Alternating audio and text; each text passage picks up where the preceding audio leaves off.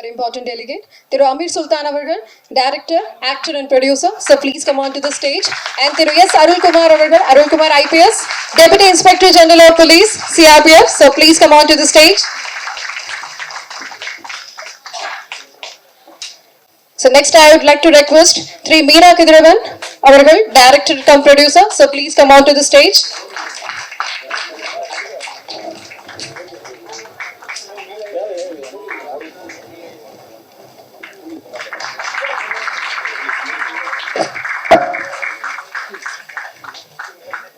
I request Thiru Chris Thirukumaran Avargal, director. So please come on to the stage.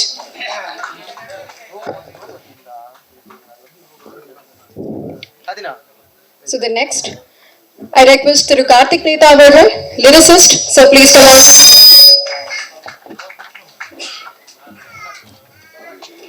Thiru Kalai Selvan Shivaji, director of photography. So please come on to the stage.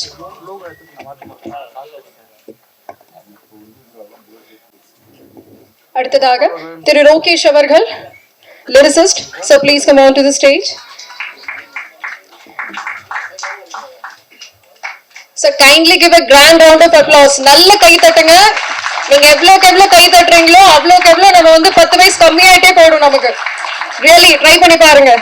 So next is I would like to request Selvi Alexandra Joy, singer. Ma'am, please come on to the stage. அடுத்ததாக திரு Murali Ramasamy, president, Tamil Film Producers Council. So please come on to the stage.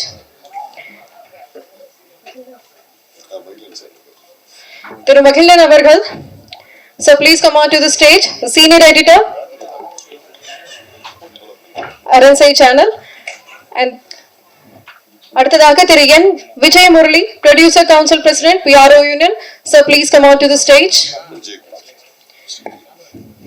திரு விஜய் குமார் அவர்கள், அழகிய கண்ணி director. So please come on to the stage.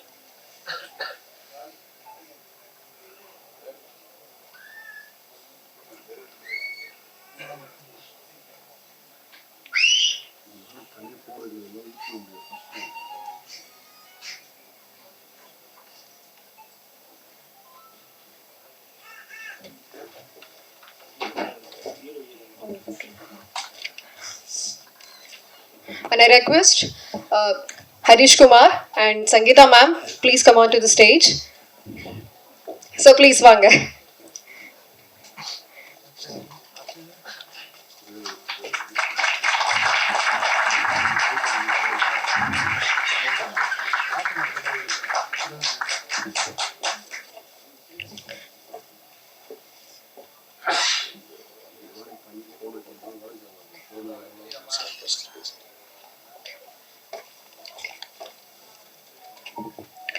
So the next, I'd like to request Thiru Amir Sultan Avargal, director, actor, producer.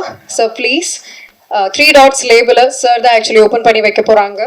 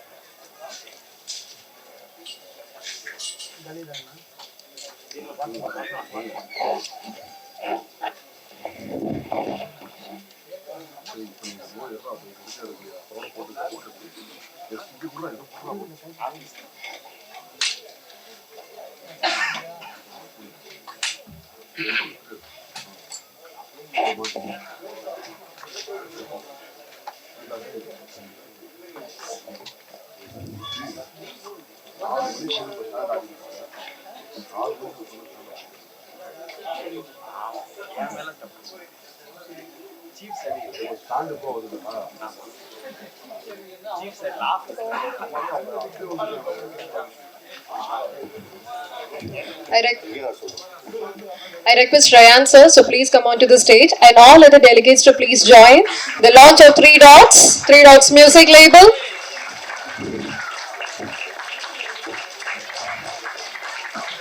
இன்னும் நல்ல கை தட்டுங்க. Thank you so much.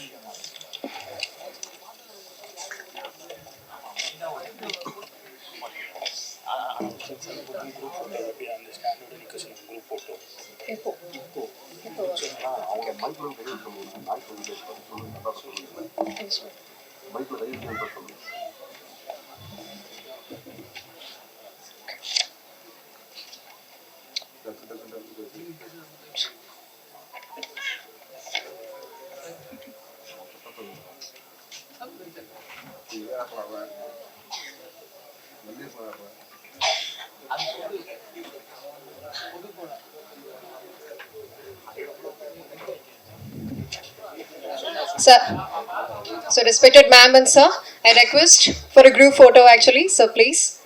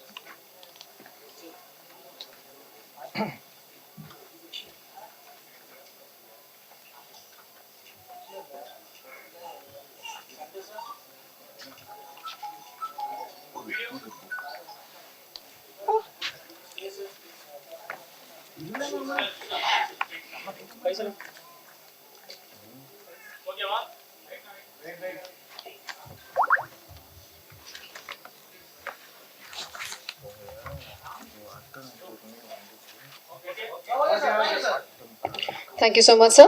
Next, I request Shri Arul Kumar sir, IPS sir, DIGP CRPF, to release the audio of the musical single Bombay.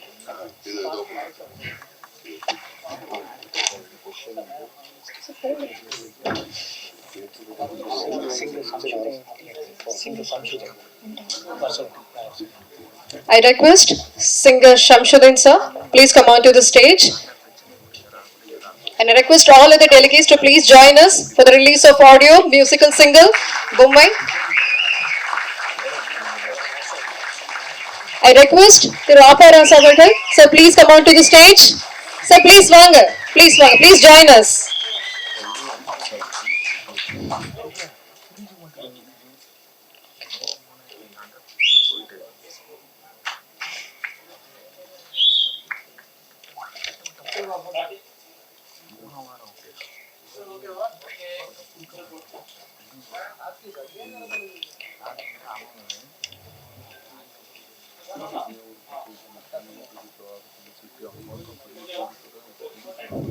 Thank you so much, sir. So next, so 3 dot music வழங்கும் KM rayon அவர்களின் இசையில் நவீன் அவர்களின் இயக்கத்தில் musical single பொம்மை வருக வருக என வரவேற்கிறோம். So நம்ம எல்லாருக்குமே தெரியும், so there is a dialogue actually. நம்ம ராஜன் அப்படிங்கிற பேர்னா எல்லாருக்குமே தெரியும் இல்லைங்களா, வட சென்னை. ஸோ அந்த கேரக்டர் நம்ம யாருனாலுமே மறக்க முடியாது. ஸோ அதில் ஒரு டைலாக் சார் சொல்லுவாங்க, ஸோ நம்ம ஊரை நம்ம தான் பார்த்துக்கணும் இல்லைங்களா. So the same dialogue actually. So Aamir Sultan அவர்கள் is acclaim Tamil film director and actor. So இயக்குனர் பாலா அவர்களிடம் ஆக்சுவலி உதவி இயக்குனராக அவர் பணியாற்றினார். ஸோ அதுக்கப்புறம் பார்த்தீங்க அப்படின்னா மௌனம் பேசியது, இந்த மாதிரி நிறைய படங்கள் வந்து ஆக்சுவலி கொடுத்தாங்க. ஸோ அதில் ரொம்ப ரொம்ப ஃபேமஸாக ஆக்சுவலி பார்த்தோம் அப்படின்னா த மூவி பருத்தி வீரன் 2007 வந்தது. ஞாபகம் இருக்குங்களா எல்லாருக்குமே பருத்தி வீரன்? எக்ஸாக்ட். ஸோ அந்த மூவி, ஸோ சார் அதுக்கப்புறம் வந்து வட சென்னையில் அந்த ராஜன் அந்த கேரக்டர் தான் எல்லார் மனசுலையுமே வந்து ஆக்சுவலி இடம் பிடித்த ஒரு character. So I would like to request Aamir sir.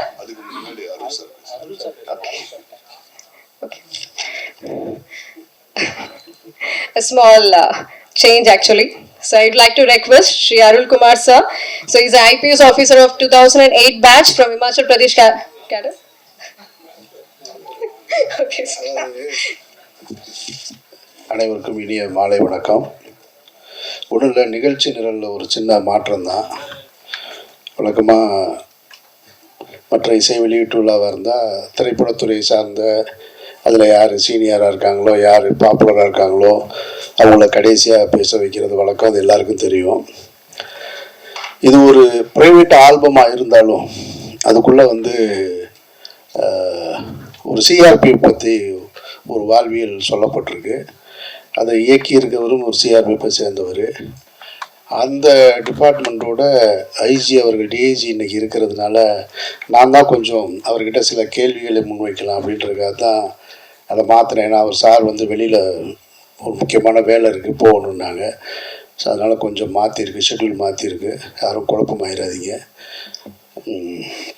முதல்ல இந்த நிகழ்ச்சி தாமதமானதுக்கு நான் ஒரு காரணம். அதுக்கு நான் உங்ககிட்ட என்னுடைய வருத்தத்தை மன்னிப்பையும் கேட்டுக்கிறேன். காரணம், நான் திருவள்ளூரில் ஷூட்டிங்கில் இருந்து நேரடியாக வந்துட்டேன். இந்த நிகழ்ச்சிக்கு வருவது வரைக்கும் என்ன நிகழ்ச்சின்னு எனக்கு தெரியாது. வழக்கம் போல் நான் இங்கே வந்த உடனே ஃபரூக்கை கூப்பிட்டு போல என்ன ஃபங்க்ஷன் சொல்லுங்கள், உள்ளே கூப்பிட்டு போய் சொல்லுங்கள், போனால் தான் தெரியுன்னு. ஃபரூக் எனக்கு தெரியும் ரொம்ப நாளாக. அதுதான் ஃபரூக் சொன்னார், இல்லை இந்த மாதிரி ஒரு மியூசிக் ஆல்பம் ஒன்று பண்ணுறோம், கம்பெனி ஸ்டார்ட் பண்ணுறோம், அதோட ஃபஸ்ட்டு வீடியோவும் பண்ணுறோம் அப்படின்னாரு. சரி ஓகேன்னு வந்து பார்த்தா நான் சரி ஏதாவது பாப்புலராக ஏதாவது சாங் அது இதுன்னு மாடர்னாக இருக்கும், பாப் சாங்கு அல்லது ஒரு நேட்டிவிட்டியாக இருக்கும்னு பார்த்தேன். ஆனால் இங்கே வந்து பார்த்தா ஒரு சிஆர்பி ஒரு வீரனுக்கு வந்து குழந்தை பிறந்திருக்கிற செய்தி கேட்ட உடனே எனக்கு என்னோடய பர்சனலாக என்னுடைய உறவுகளில் நடந்த நிகழ்வுகள் ஞாபகத்துக்கு வந்தது. அதனால தான் இந்த ஷெட்யூலை சின்னதாக சேஞ்ச் பண்ணியிருக்கு.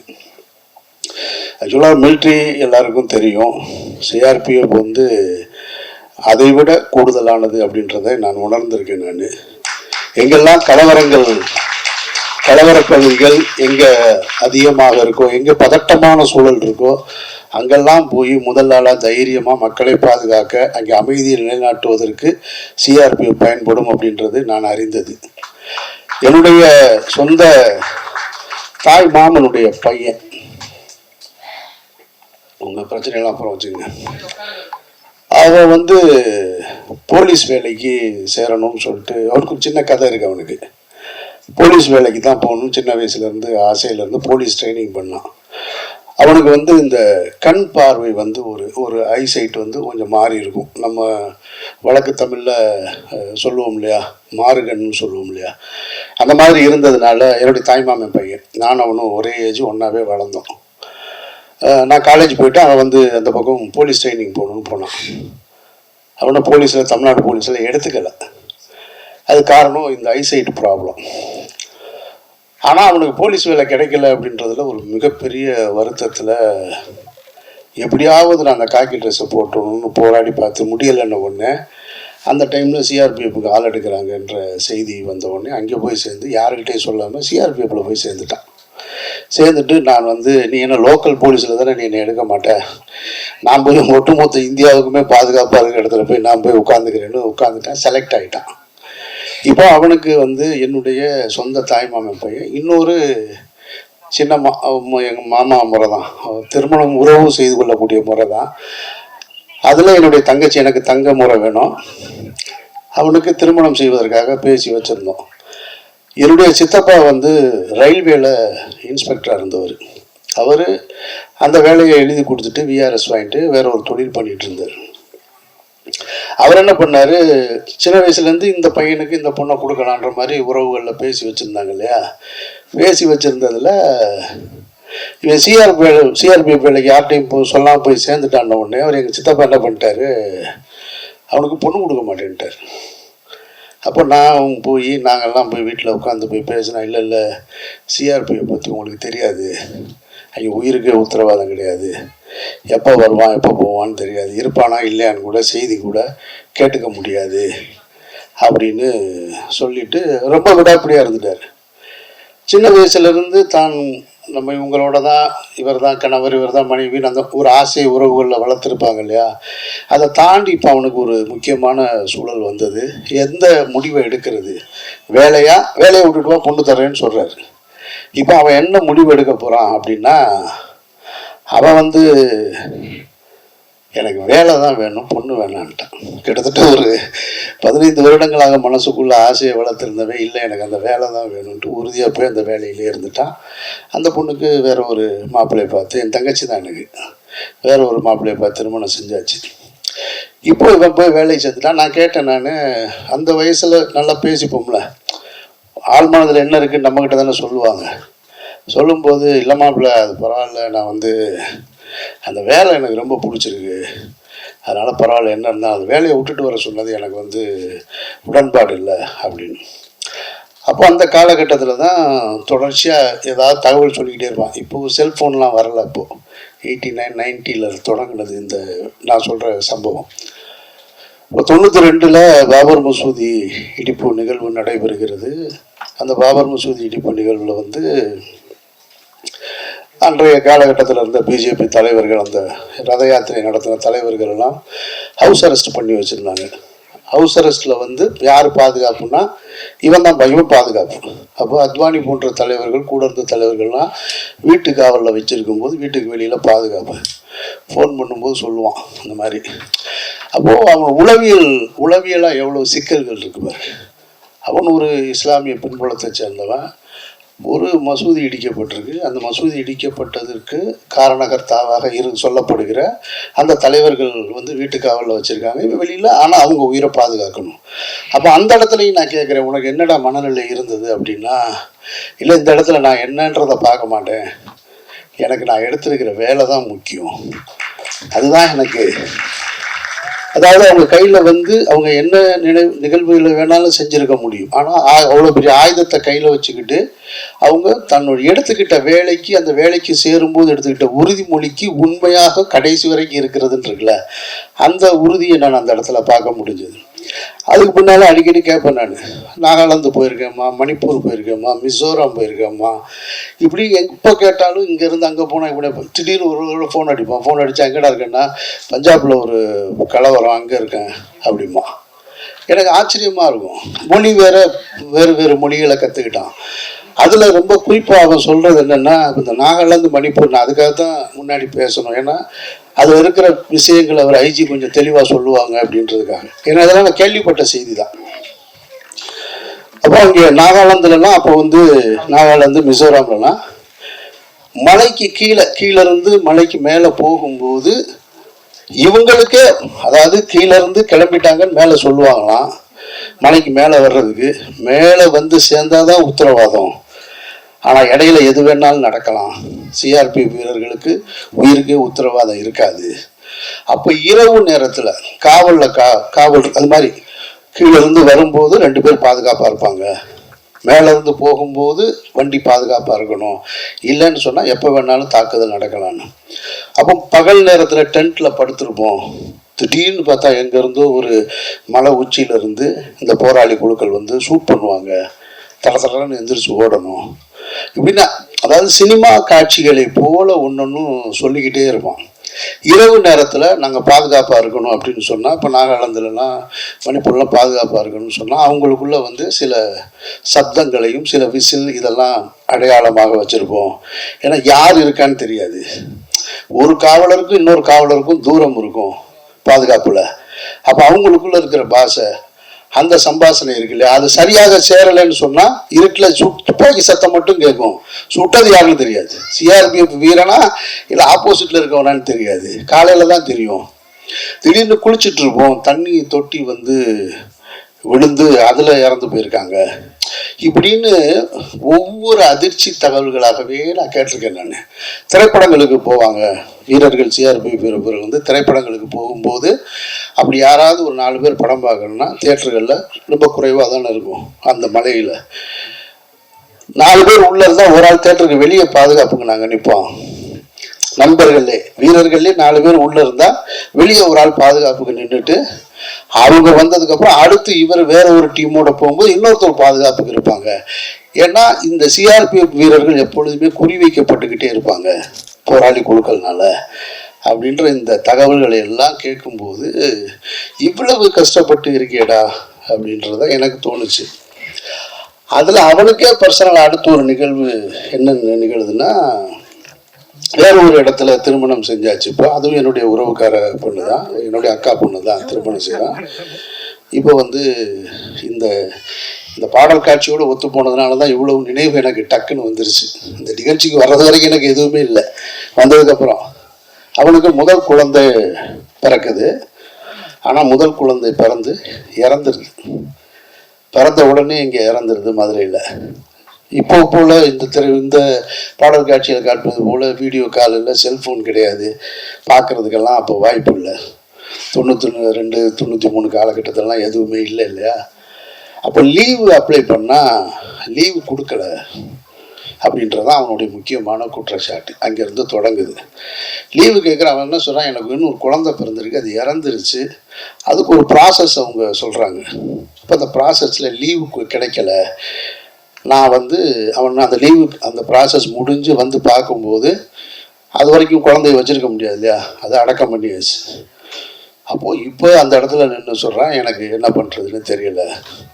இவ்வளவு நான் போராடி இந்த வேலையை நான் நேசித்து நான் கூட இருந்து கடைசியில் என்னுடைய இப்போ குழந்தை இறந்தது கூட எனக்கு லீவ் கிடைக்கல. அது என்ன காரணன்றது தெரியலை, அதில் தாமதமானதுண்டு. அதற்கு பின்னாடி அவன் வந்து சிஆர்பி வேலை வேணான்றது அது ஒரு ப்ராசஸ் இருக்குதுன்னு நினைக்கிறேன் நான்.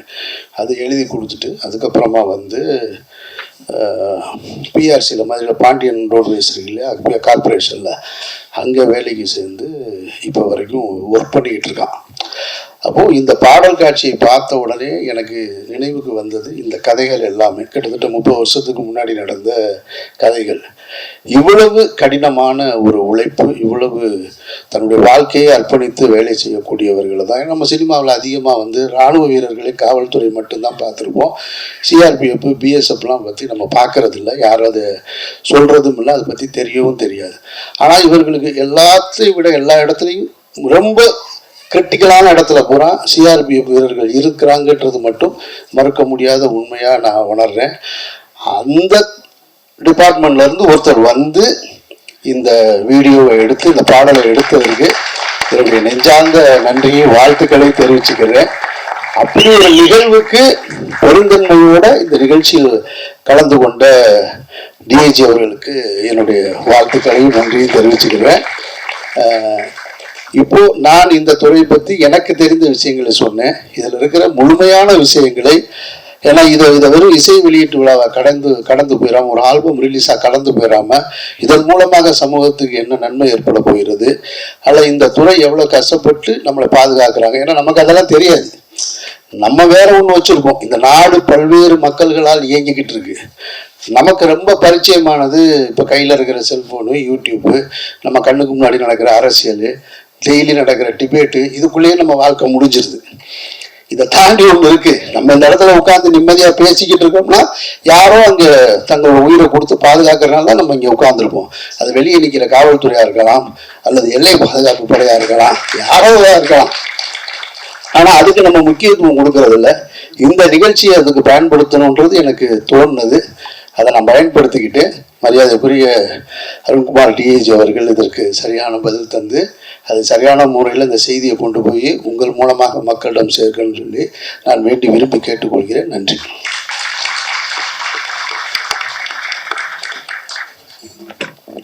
Thank you so much, sir. I request our DIGP, Arul Kumar sir, IPS, CRPS, so please tell some words about this.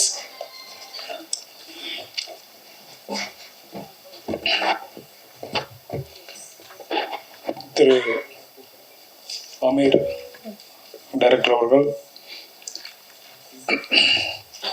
மேடையில் வீட்டிற்கும்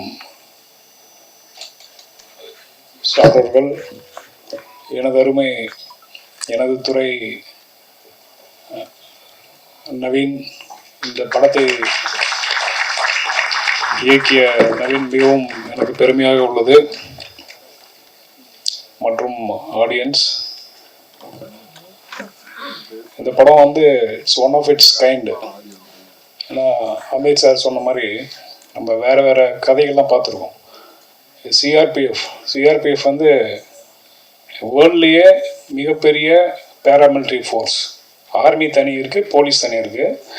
இந்தியாவில் இல்லை, உலகத்திலேயே 3 லட்சம் ஃபோர்ஸ் இருக்குது.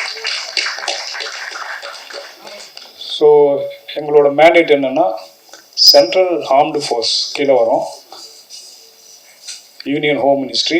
எங்கெல்லாம் வந்து இன்டர்னல் செக்யூரிட்டி த்ரெட்ஸ் இருக்கோ, சேலஞ்சஸ் இருக்கோ, அங்கெல்லாம் ஃபஸ்ட்டு டிப்ளாய் பண்ணுறது சிஆர்பிஎஃப் தான்.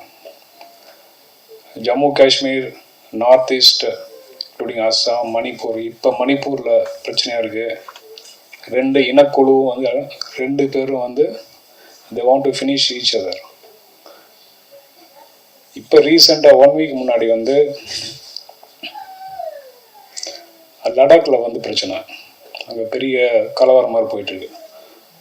ஸோ இங்கே இருக்கிற கோயம்புத்தூர் இருக்கிற எங்கள் ஃபோர்ஸ் வந்து 450 பேர் வந்து ஏர்லிஃப்ட் பண்ணி நாளைக்கு வந்து லேண்ட் ஆகிறாங்க.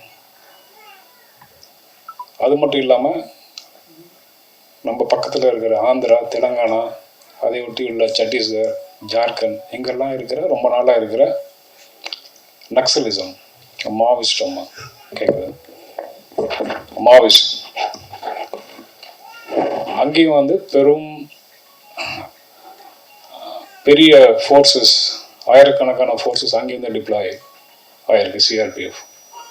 அது மட்டும் இல்லாமல் எங்கெல்லாம் கலவரம், மத கலவரம், ஜாதி கலவரம், எங்கெல்லாம் all over country, all throughout 30 ஸ்டேட்ஸில் எங்கெல்லாம் இருக்கோ, ஸ்டேட் கவர்மெண்ட்னால் டீல் பண்ண முடியல, லோக்கல் லா அண்ட் ஆர்டர்னால் டீல் பண்ண முடியலன்னா ஃபஸ்ட் அவங்க ரிக்வெஸ்ட் பண்ணுறது எங்களோட இன்னொரு அமைப்பான rapid action force, RFM.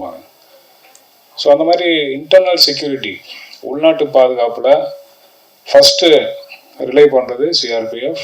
So almost எல்லா தேட்டர்ஸ்லையும் இப்போ ரீசெண்டாக விஐபி செக்யூரிட்டி, அப்புறம் பந்தோபஸ்த், பெரிய பெரிய கோயில்கள், திருவிழாக்கள், பெரிய ப்ரொசஷன், இதுக்கெல்லாமே ஸ்டேட் கவர்மெண்ட் வந்து சிஆர்பிஎஃப் வந்து எடுத்துக்கிறாங்க. ஸோ இப்படி இருக்கிறதுனால எங்களுக்குள்ள எங்களுக்கு ஒரு சிஸ்டம் இருக்குது, பட்டாலியன், அது கீழே கம்பெனிஸ்.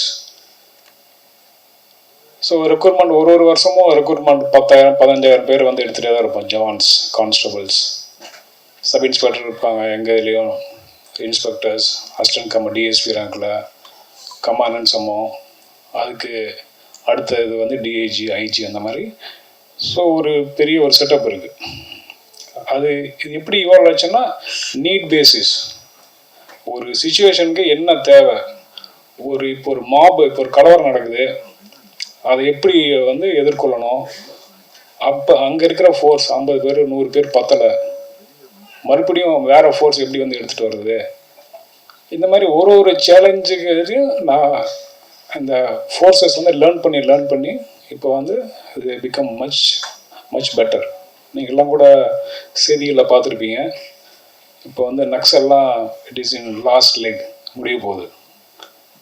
இந்த லாஸ்ட்டு அந்த பஸ்தர்னு சொல்லுவாங்க, ஃபுல்லாக ட்ரைபல் ஏரியா சத்தீஸ்கரில், சவுத் சத்தீஸ்கரில் இருக்க பஸ்தர் ஏரியா. இப்போ அங்கே கூட வந்து ஆல்மோஸ்ட் முடிய போகுது எல்லா இடத்துலையும். முன்னாடி சொன்ன மாதிரி காஷ்மீர்லேயும் நிறைய இம்ப்ரூவ்மெண்ட் இருக்குது, ஃபார் பெட்டர். இன்ஃபில்ட்ரேஷன்லாம் கம்மியாக இருக்குது. இப்போ மணிப்பூர்லேயும் இப்போ வந்து சீஸ்ஃபயர்னா அந்த இனக்குழுக்கள் ஒன்றுக்கு ஒன்று வந்து மோதிக்கிறாங்க.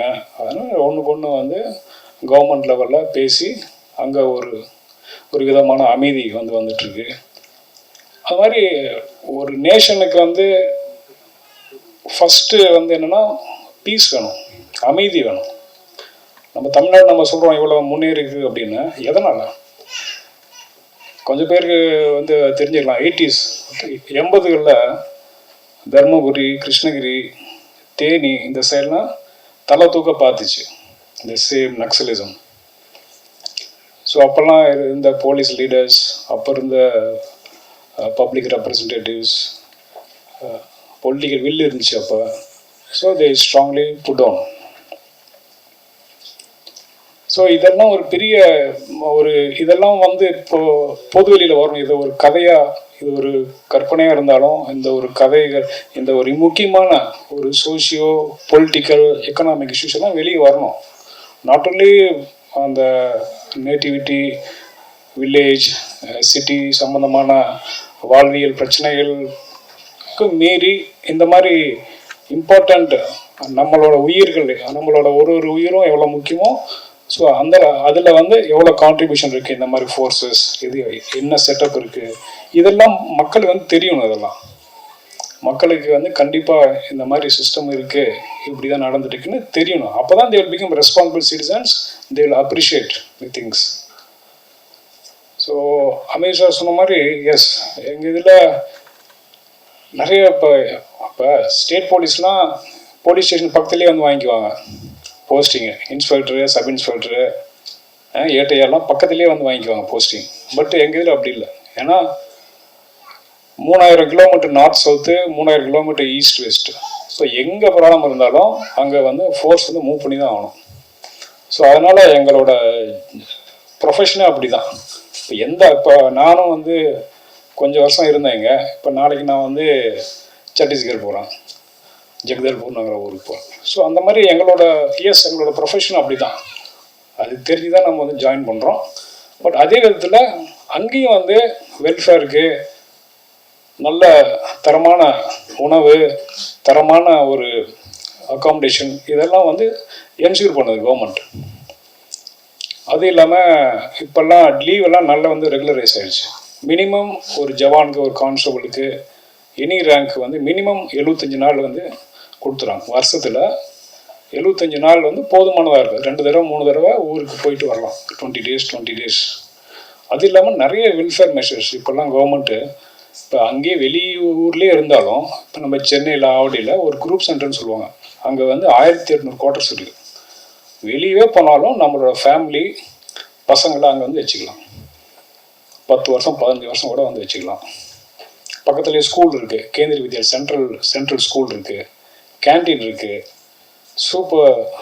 சூப்பர் மார்க்கெட் இருக்குது.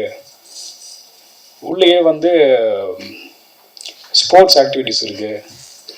பசங்களுக்கு பலவிதமான ஸ்போர்ட்ஸ் ஆக்டிவிட்டீஸ் வந்து சொல்லித்தரோம். ஸ்விம்மிங் இருக்குது, சிலம்பம், கராத்தே, பேட்மிண்டன், இந்த மாதிரி ஒரு அதான் எதுக்கு நான் சொல்கிறேன்னா, கவர்மெண்ட் வந்து அவ்வளோ வந்து பார்த்துக்குது. ஏன்னா அல்டிமேட்லி எங்களோட ஃபைட்டிங் ஃபோர்ஸ் வந்து ஜவான்ஸ் தான். அதனால அவங்களோட வாழ்க்கையும் அவங்களோட ஃபேமிலியும் பார்த்துக்கிறதுக்கு கவர்மெண்ட் வந்து அட்மோஸ்ட் எஃபர்ட்ஸ் வந்து எடுக்குது. எஸ், எந்த ஒரு ப்ராப்ளம் இருக்குது தான், அந்த ஃபேமிலி விட்டுட்டு இருக்கிறது, அது வந்து மிகப்பெரிய ஒரு இஷ்யூ தான். அது குழந்தை இல்லாமல் கஷ்டப்படுறது, அது ஒரு இஷ்யூ தான். ஸோ அதனால் இப்போ அந்த இதுவும் கொண்டு வந்திருக்கோம். எல்லா இந்த மாதிரி சென்டர்லேயும் ஒரு பெரிய காம்போசிட் ஹாஸ்பிட்டல்னு சொல்லிட்டு 50 பெட் ஹாஸ்பிட்டல். ஸோ உள்ளேயே வந்து மருத்துவம் வந்து பார்த்துக்கலாம். ஆனால் முடிஞ்ச அளவுக்கு பண்ணிட்டு தான் இருக்கோம். ஸோ இப்போ இந்த இன்டர்னல் செக்யூரிட்டி ப்ராப்ளம்ஸும் நிறைய வந்து இம்ப்ரூவ் வந்து ஆகிட்டுருக்கு. அமைதி ஆல்மோஸ்ட் எல்லா பகுதியிலையும் அமைதி வந்துட்டுருக்கு. பட் ஸ்டில் புதுசாக வரும்.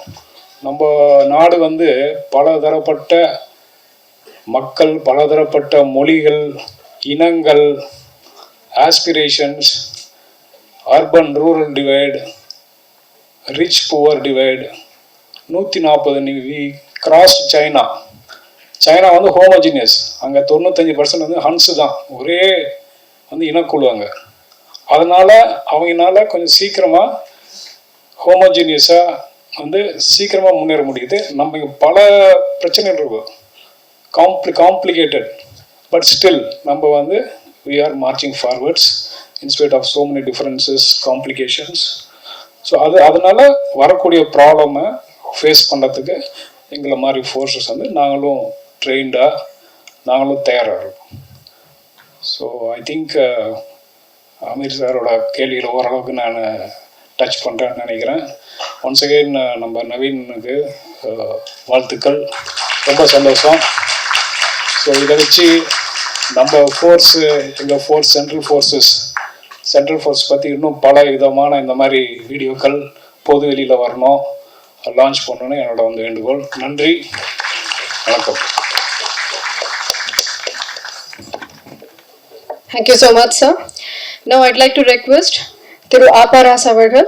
So please come on to the stage.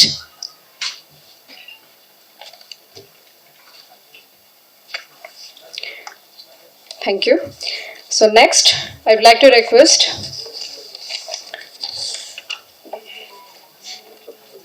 Thiru Chris Thirukumaran avargal, director. So அவர் பேர் சொன்னாலே நமக்கு மைண்ட்ல வரக்கூடிய ஒரே படம் என்ன அப்படின்னு பாத்தீங்கன்னா மான் karate. So that is the most beautiful film actually. ஒரு காமெடியான film கூட. எல்லாருக்கும் மாலை வணக்கம்.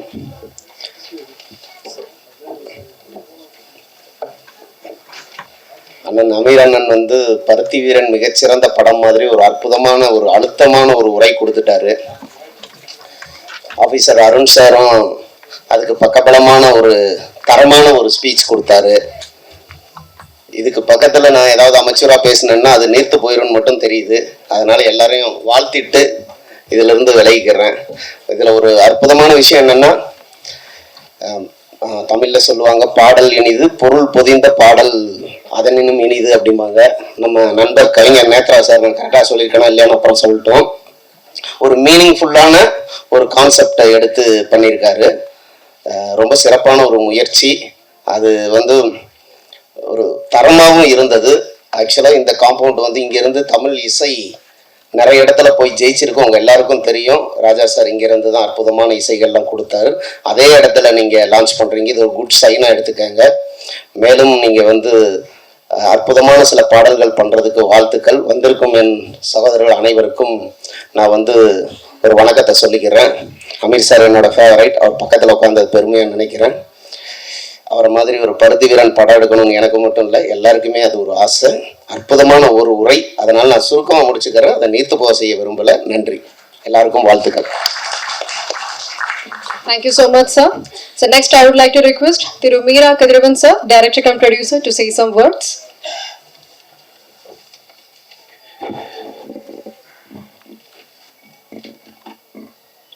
மதிப்பிற்குரிய இயக்குனர் அமீர் சார் உள்ளிட்ட மேடையில் இருக்கும் எல்லா ஆளுமைகளுக்கும், அரங்கத்தில் குழுமி இருக்கும் விருந்தினர்கள் அனைவருக்கும் மாலை வணக்கம். 3 டாட்ஸ் மியூசிக், ஃபரூக் என்னுடைய நீண்ட நாள் நண்பர், என்னுடைய எல்லா ஏற்ற இறக்கங்களிலும் எல்லா காலங்களிலும் உடன் இருந்தவர். அமீர் சார் சொன்ன மாதிரி கூடுதல் விவரங்கள் எதுவுமே இல்லாமல் ஃபரூக் கூப்பிட்ட உடனே வந்தேன். நம்ம ஒரு நல்ல ப்ரொடியூசர், அவர் ஒரு படம் பண்ணியிருக்கிறாரு, ரொம்ப அழகான ஒரு படம், நீர் நீளம் காற்று. தொடர்ந்து நிறைய விஷயங்களை உரையாடிக்கிட்டே இருக்கக்கூடிய ஒருத்தர், நிறைய செய்யணுங்கிற கனவுகள் அவருக்கு இருக்கு. ஃபரூக்குக்கும் அதன் பின் உழைக்கும் அத்தனை பேருக்கும் இந்த நிறுவனம் தமிழ் மட்டும் இல்லை, சர்வதேச அளவில் ஒரு மிகப்பெரிய நிறுவனமாக மாறுவதற்கு என்னுடைய மனமார்ந்த வாழ்த்துக்கள். பாடல் எழுதிய ஆப்பா ராசா எனக்கு ரொம்ப பிடிச்ச ஒரு கவிஞர். அவர் எனக்கும் ஆப்பா ராசாவுக்கும் இடையில ஒரு நல்ல அனுபவம் ஒரு பகிர்ந்துக்கலாம்னு நினைக்கிறேன். அவர் புதிய பார்வையில் நிருபராக இருக்கும்போது என்னை ஒரு அழகான பேட்டி ஒன்று எடுத்திருந்தார். அது எப்போவுமே என்னுடைய ஆகச்சிறந்த பேட்டிகள் அது ஒன்று. தமிழின் அடுத்த கட்ட சினிமா ஒடுக்கப்பட்டவர்களின் சினிமான்னு 2010 வந்து ரொம்ப ஒரு விரிவான ஒரு பேட்டி வந்து. ஸோ அவருடைய பாடல்கள் எல்லாமே கவனிச்சுட்டு வந்திருக்கேன். ரொம்ப நல்லா பண்ணக்கூடிய ஒரு பாடலாசிரியர், நல்ல ஒரு நண்பரும் கூட. இதோடைய இசையமைப்பாளர் ரியான் அவர்களுக்கு என்னுடைய வாழ்த்துக்கள். கார்த்திக் நேதா மேடையில் மகிழ்நன் எல்லாருமே ரொம்ப மனசுக்கு நெருக்கமான இருக்காங்க. கார்த்திக் நேதா என்னோட ஹபீபியில் ரொம்ப அழகான ஒரு பாடல் எழுதியிருக்காரு. நண்பர் யுகபாரதியும் இன்னைக்கு வரதா இருந்தது, அவரும் எழுதியிருக்காரு. இது எல்லாமே ஃபருக்கோடைய அன்புனால சாத்தியப்பட்டது தான் வந்து. இவங்க எல்லாருமே இன்னைக்கு ரொம்ப பரபரப்பாக பிஸியாக இருக்கக்கூடியவங்க. அவங்க ஃபருக்குனால தான் வந்தாங்க. நானுமே ஃபருக்குக்காக மட்டும்தான் வந்தேன். வந்து பார்க்கும்போது எனக்கு இந்த ஆல்பம் குறித்து அமீர் சார் ரொம்ப அழகாக இப்பவும் போல அவரோட உரை ரொம்ப முத்தாய்ப்பாக அந்த நிகழ்ச்சியில் இருக்கும். எனக்கு இந்த ஆல்பம் பார்க்கும்போது எனக்கு மலையாளத்தில் மம்முட்டி நடித்த உண்டான ஒரு மலையாள படம் ஞாபகம் வந்தது. மலையாள படம்னா அதுக்கு சாயல் இருக்குன்னு சொல்ல வரல. பொதுவாக இப்போ இங்கே நிறைய அந்த வீரர்களுடைய குடும்பத்தை சார்ந்தவங்க இருக்காங்க. இப்போது நம்ம எதன் வழியாக ஒன்றை பார்க்கிறோம்னு இருக்கு. இப்போ நம்ம மாவோயிஸ்டுகள், இங்கே இருக்கக்கூடிய நக்சல்ஸ், அந்த வழியாக பார்க்கும்போது அமைதி யாருக்கான அமைதின்னு தெரியும். அதை வந்து மகிழ்நன் பேசுவார்னு நினைக்கிறேன். மகிழ்நனோட பேசுறதுக்கான ரொம்ப அரசியல் நிபுணத்துவம் உள்ள ஒருத்தர்.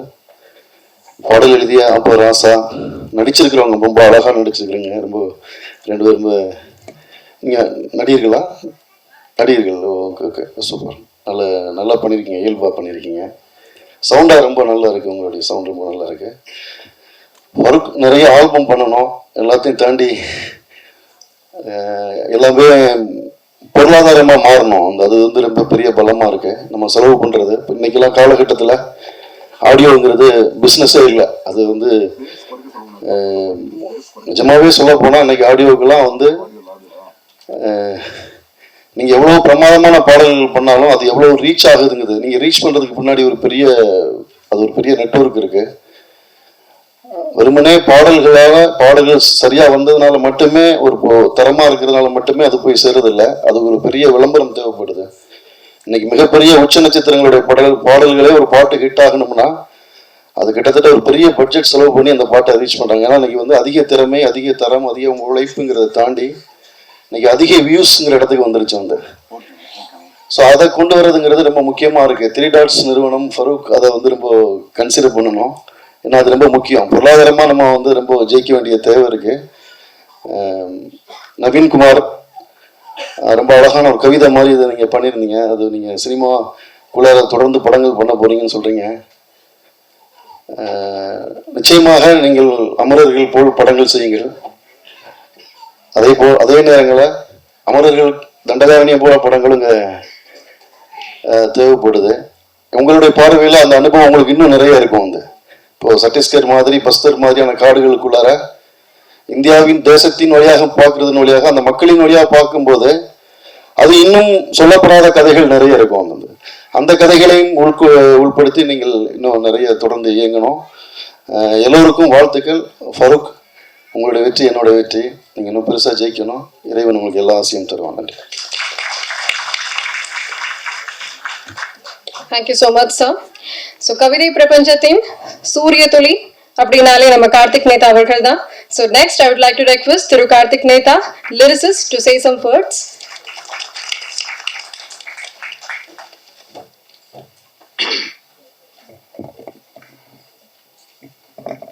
அனைவருக்கும் எனது மனமார்ந்த வணக்கம். முதல்ல ஆமாம், ஃபருக் ஐயா, ஆமாம், ஒரு 10 ஆண்டுகளுக்கு முன்னாடி இருக்கும்னு நினைக்கிறேன். அவரோட நிலம் நீர் காற்று அந்த திரைப்படத்துக்காக எழுத போய் தான் ஐயாவை சந்தித்தது. ஒரு கனிந்த உள்ளம் கொண்ட மனிதர். ஆமாம், அந்த ஒரே ஒரு காரணமாக இங்கே வந்தது. வேறு பாட்டு எழுதுகிறேன், கவிஞர் அப்படிங்கிற அடிப்படையெல்லாம் இல்லை. ஒரு கணித மனிதனுடைய தம்பியாக இங்கே வந்து நிற்கிறேன். ரொம்ப மகிழ்ச்சியாக இருக்குங்க ஐயா. அந்த பல ஆண்டுகளுக்கு பிறகு மீண்டும் இப்போது அந்த 3 டாட்ஸுங்கிற ஒரு பேரோட மீண்டும் வந்திருக்கீங்க. அதுக்கு முன்னாடி இந்த பாடலை பற்றி கொஞ்சம் சொல்லிடுறேன். ஆமாம், சிறப்பான காட்சி அமைப்புகள். ஆமாம், அது ஒரு என்ன சொல்கிறது, காவல் துறை பக்கமாக இருந்துட்டு அது உங்களுக்குள்ள சினிமா இருக்குது வரதுங்கிறதே ஒரு பெரிய வியப்பாக தான் இருக்குது. சினிமா அப்படி எல்லையில் இருக்க உங்களை வரைக்கும் போய் தாக்குதுங்கும் போது அந்த சினிமாவை எப்படி கையாளணும்னு ஒன்று இருக்கு இல்லையா, அந்த ஒரு பொறுப்பும் எங்களை மாதிரி ஆட்களுக்கு வேணும் அப்படிங்கிறது இந்த நேரத்தில் எனக்கு தெரியுது. கண்டதையும் எடுத்துக்கிட்டு காசு பண்ண பார்த்துட்டு வெறும் மியர் ப்ளஷர் மட்டுமே, எப்படி ஒரு சதையை விற்பதை எப்படி வந்து ஒரு கேவலமாக இந்த சமூகமாக நம்ம சொல்கிறோமோ அதே மாதிரி தான் ஒரு மியர் ப்ளஷரை வெற்றி இன்பத்தை மட்டுமே விற்று படம் பண்ணுறதும் அதே மாதிரி தான். அப்படி இருக்கக்கூடாதுன்னு நினைக்கிறோம். ஆனால் மீண்டும் மீண்டும் இந்த சூழல் கொண்டு போய் நம்மளை அங்கேயே தள்ளுதுங்கும் போது இல்லையா, இது நம்ம அத்தனை பேருக்குமே இதில் பொறுப்பு இருக்குது அப்படிங்கிறத. குறிப்பாக பணம் போடக்கூடியவங்களுக்கு அந்த பொறுப்பு இது ஒரு தொழிலாக இருக்கிறதுனால அதிகமாக இருக்குதுன்னு நான் நினைக்கிறேன். 3 Dots அப்படிங்கிற இந்த நிறுவனம் அடிப்படையில் ஃபரூக் ஐயா பற்றி எனக்கு தெரியும். அவர் அறத்தை நம்பி அறத்தை வாளாக கொண்டு இயங்கக்கூடியவர். அதனால் அவர் இந்த 3 Dotsலேருந்து வரக்கூடிய ஒவ்வொன்றுமே வெறுமனே மிக ப்ரெஷருக்காகவும் மிக பிஸ்னஸ்க்காகவும் இல்லாமல் இருக்காது, உறுதியாக இருக்காது. ஒரு நோக்கத்தை, ஒரு தொலைவான ஒரு நோக்கத்தை கருத்தில் கொண்டு இந்த பாடல் மாதிரி நிறைய நம்ம வாழக்கூடிய இந்த கான்டெம்பரரி வாழ்க்கைக்குள்ள சொல்ல முடியாத நிறைய சிக்கல்கள் நமக்குள்ள இருக்கு. இந்த நிறுவனம் ஏற்படுத்தி கொடுத்திருக்கக்கூடிய சிக்கல் நிறைய உண்டு. நமக்கு அடிப்படையில் மனிதனா நமக்கு நிறைய சிக்கல் உண்டு. ஒரு ஆணா ஒரு சிக்கல் உண்டு, ஒரு பெண்ணா ஒரு சிக்கல் உண்டு. ஆனால் நிறுவனங்கள் ஏற்படுத்தக்கூடிய சிக்கல் இருக்கு இல்லையா, அதை பற்றி எல்லாம் படமும் பாடலும் வருதான்னு கேட்டால் வரதே இல்லை. வெறுமனே ஒரு மேல் மனதினுடைய இச்சைகளுக்கு இணங்க அதை தடவி கொடுக்குற மாதிரியான பாடல்களாக வந்துட்டு இருக்கும்போது அவர் எப்படி பாட்டை கேட்போம், நாமளே எப்படி இந்த தலைமுறை பாட்டை கேட்கணும், நம்ம எந்த முகத்தை வச்சு நம்ம சொல்ல முடியும்? இந்த தலைமுறை பாட்டை கேட்க மாட்டாங்க, அவங்களுக்கு பாட்டு கேட்குற அறிவே இல்லை. நம்ம சொல்கிறோமே, நமக்கு என்ன அறிவு இருக்குன்னு நான் கேட்குறேன். இந்த மேடையின் மூலமாக தரக்கூடிய நமக்கு எந்தாவது ஒரு பொறுப்பு இருக்கா? இன்றைக்கு ஓடக்கூடிய திரைப்படங்களில் நம்ம கேட்கக்கூடிய ரீல்ஸ் சொல்லக்கூடிய பாடல்களில் ஏதாவது ஒரு படம், ஏதாவது ஒரு பாடல் ஒரு உயர்ந்த நோக்கத்திற்காக அல்லது ஒரு ஆழமான தமிழ் அல்லது இந்திய சித்தாந்தத்தை அடிப்படையாக கொண்டு வந்திருக்கா? அப்படி வந்ததுதான் நம்ம ஓட விட்டுருக்கோமா? இதெல்லாம் எல்லாருக்கும் அது பொறுப்பு இருக்கு இல்லையா? ஆக அதனாலதான் அது எல்லாமே அந்த வணிகம் வணிகம் வணிகம்னு அப்படி போய் பணம்னு போறதுனாலதான் 3 Dots மாதிரி இதெல்லாம் வருதுன்னு நான் நினைக்கிறேன். அது மீண்டும் வரணும்னு நினைக்கிறேன். 3 Dots மாதிரி நிறைய வரணும்னு நான் நினைக்கிறேன். ஏன்னா பாணர் மரபுங்கிறது நம்மளுடைய தமிழ் மரபு. பாடலுங்கிறது சாதாரண விஷயம் கிடையாது. நம்ம ஜஸ்ட் லைக் தட் பாட்டை கையாண்டிட்டு இருக்கோம். நான் பாட்டு எழுதுறாங்க ஒரு அடிப்படையில் பாட்டு கேட்குறவங்கிற ஒரு உரிமையில் நான் பேசுறேன். ஆமா, பாணர் மரபுங்கிறது நம்மளோட சாதாரண மரபு இல்லை. நம்மளுடைய நாட்டார், நம்மளுடைய ரத்தத்துல அவ்வளோ ஆழமா இருக்கு பாடல்ங்கிறது. அப்படி பாணர் மரபுல இருந்து சங்க மரபு வந்து அதன் பிறகு வந்து பக்தி இயக்கம்னு ஒன்று ஆரம்பிச்சு தமிழிசை அவங்க மேலே கொண்டு வந்து பிறகு கீர்த்தனைகள் வந்து சித்தர் பரம்பரை ஒன்று வந்துச்சு நம்ம வாழ்க்கை, நம்ம நாட்டுக்குள்ள இல்லையா, தமிழ்நாட்டுக்குள்ள சித்தர் மரபுன்னு ஒரு மரபு வந்துச்சு. செஞ்ச அத்தனை தப்புக்குமே கேள்வி கேட்டுக்கிட்டே இருந்துச்சு. அப்படி ஒரு மரபு மீண்டும் வரணும்னு நான் நினைக்கிறேன். அதற்கு இந்த 3 Dots மாதிரியான நிறுவனங்கள் கை கொடுக்கணும்னு நான் நினைக்கிறேன். செய்கிற தப்பெல்லாம் சுட்டி காமிக்கக்கூடிய ஒரு கவிஞன், சுட்டி காமிக்கக்கூடிய ஒரு நிறுவனம், நம்மெல்லாம் இப்படிதான் இருக்கோம், நம்ம கேவலமாக தான் இருக்கோம் அப்படின்னு சொல்லக்கூடிய ஒரு கலைஞன் இந்த 3 Dots மாதிரியான நிறுவனத்திலிருந்து வெளிவரணும்னு நான் விருப்பப்படுறேன். இந்த பாடல் அதற்கான ஒரு தொடக்கமாக இருக்கணும்னு நான் நம்புறேன். அன்பு நண்பர் நவீன் அவர்களுக்கும் ரயான் அவர்களுக்கும் மற்ற அத்தனை பேருக்குமே என்னுடைய மனமார்ந்த வாழ்த்துக்களும் நன்றியும். மீண்டும் ஃபரூக் ஐயா, நீங்கள் நல்லா இருக்கணும். மீரான சொன்ன மாதிரி இது பொருள் ஈட்டக்கூடிய இடம்னா பொருளையும் ஈட்டி இறைவனின் அருளையும் நீங்கள் ஈட்டணும். அறத்தோடு நீங்கள் இருப்பீங்கன்னு எனக்குமே தெரியும். அந்த அறத்திலிருந்து இந்த எல்லாமே நடக்கணும்னு நான் நினைக்கிறேன். அமீர் அண்ணாக்கு என்னுடைய மனமார்ந்த வணக்கம். அண்ணாவோட அந்த நேர்மையான பேச்சு இருக்கு இல்லையா, அது ரொம்ப பிடிக்கும். அதுதான் பாடலாகவும் வர வேண்டும் நான் நினைக்கிறேன். நான் எழுதுகிற படங்களில் பெரும்பாலும் அப்படிதான் கருத்தில் கொண்டு எழுதுறது. சில பாடல்கள்லாம் வேணான்னு நான் சொல்லிடுறது. மனசுக்கு பிடிக்காம ஒன்று எழுதிவிட்டு பண காசு சேர்த்து வச்சுட்டு வீட்டில் படுக்க முடியல, அது ஒரு காரணம். அப்படி அத்தனை பேர் இருக்கணும்னு நான் நினைக்கிறேன். நான் கடைசி வரைக்கும் அப்படிதான் இருக்கணும்னு நினைக்கிறேன். ஆனால் விட மாட்டேங்குது, ஒரு பக்கம் இழுக்குது. 3 Dots மாதிரி நான் போல்டாக வந்து நாங்கள் இந்த பக்கம் இருக்கோம், வாங்க வெறுமனை பணம் மட்டும் வேணாம், பணமும் கொஞ்சம் எடுத்துப்போம், ஒரு ஆழமான விஷயங்களை சொல்லுவோம் அப்படின்ட்டு சொல்லக்கூடிய நிறுவனங்கள்லாம் வந்தால் கொஞ்சமாக காசு வாங்கிட்டு எழுதுவோம், நல்லபடியாக எழுதுவோம். இங்கே அந்நியமயமாக்கல் நீங்கள் ஒன்று நடந்துக்கிட்டே இருக்கு நம்ம வாழ்க்கைக்குள்ளே, நம்ம தமிழ் சூழலுக்குள்ளே.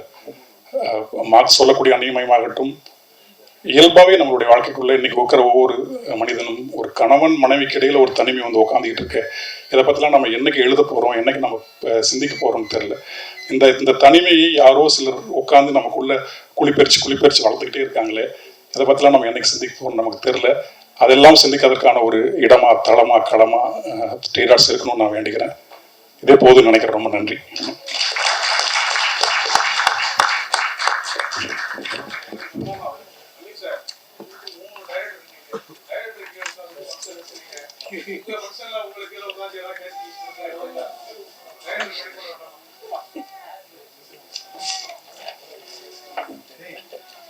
அதாவது மேடையில் இருக்கிற நாங்கள்லாம் வலுக்கட்டாமல் அவரை பிடிச்சி கொண்டு கீழே உட்கார வச்சது மாதிரியே ஒரு கலவரத்தை உண்டு பண்ணுறீங்களே. அவங்க இருங்க, நிகழ்ச்சி நடத்துறதே அவங்க 2 பேர், அவங்களா கூப்பிட்டு வந்து உட்கார வச்சுருக்காங்க. பக்கத்தில் இப்போ தான் ஒருத்தர் பார்த்துக்கிட்டு இருக்கோம். ஒரு கலவரத்தை உண்டு பண்ணுற மாதிரி நான் அதில் கீழே தான் உட்காரணும், அப்போ தான் நான் இங்கே உட்காந்துருக்கேன்னு சொன்னது மாதிரி அது என்னையே பார்த்து கேட்குறீங்க. நானே நிகழ்ச்சி என்னன்னு வந்து தான் தெரிஞ்சுக்கிட்டேன்னு சொல்லிட்டேன் முதல்ல. நான் வருக திரும்ப கூப்பிடுறேன், மேலே வாங்கன்னு வரமாட்டேன்ற நான் என்ன செய்யறது? நான் வேணா கீழே வந்து உட்காந்துக்கிறேன். அப்படிங்களா? தேவையா எங்களுக்கு? வாங்க. இதெல்லாம் இப்போ தானே வந்திருக்கீங்க. நான் ஒரு 25 வருஷமா அதை பார்த்துக்கிட்டு இருக்கேன். வாங்க வந்து உட்காருங்க. Thank you so much, sir. So next I would like to request Thiru Kalai Selvan Shivaji Avargal, Director of Photography, to say some words.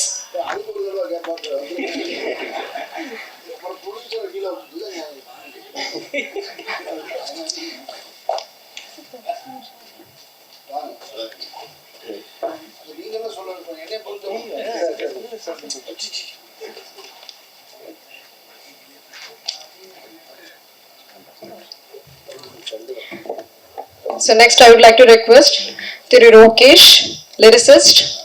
So please say some words.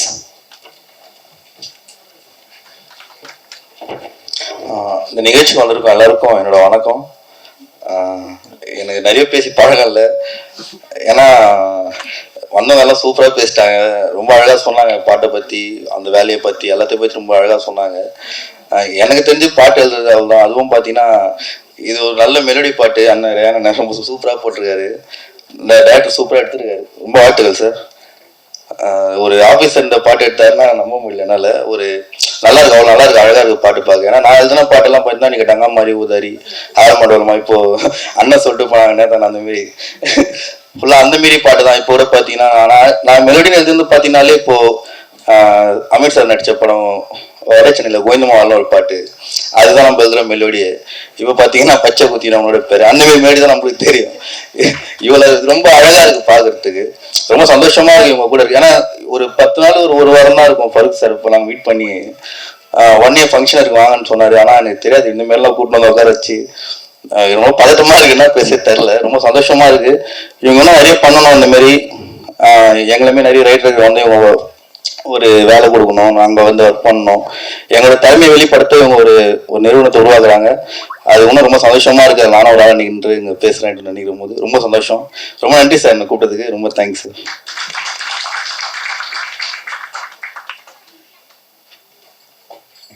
Thank you so much. Thank you so much, sir.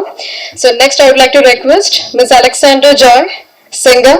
Ma'am, please come and say some words.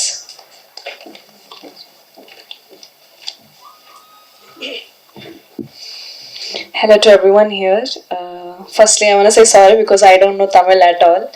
So just bear with me for 2 minutes. And first of all, I want to thank Farooq sir, Ryan and Faisal, because these 3 are the people who I know, and I want to thank them for inviting me here.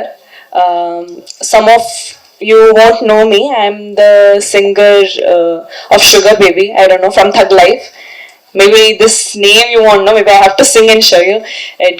It was like kind of like viral around the internet. Like it goes like this. I don't know. Right now you might know, right? Just wanted to introduce that. Yeah. And yeah, thank you so much for Thank you so much, Farooq sir, for letting me be a part of this event. And apparently, I'm gonna be the first singer from the first album from Three Dots, and I'm very excited to be a part of that. And congratulations to Farooq sir and the Three Dots and everyone who are behind this event. And I'm wishing all the success to the people who are behind Three Dots, and we need labels like this because a lot of artists needs platform, and this is like one of the biggest initiative for all the artists around the country. And yeah, thank you so much. Thank you.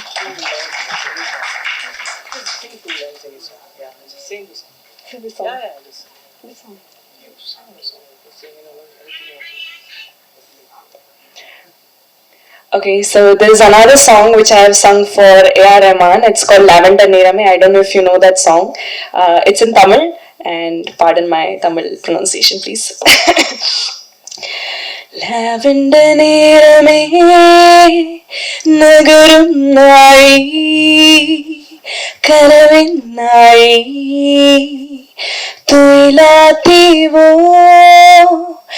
Mayathum Kandame மின்னல் உண்டாக்குதே dopamine தூரலே நெஞ்சுக்குள் Badhe. Thank you so much. Thank you so much, ma'am. Such a beautiful voice, actually. So next, I would like to request K.M. Rayan sir, the music director of this particular single, Bumba song. So please.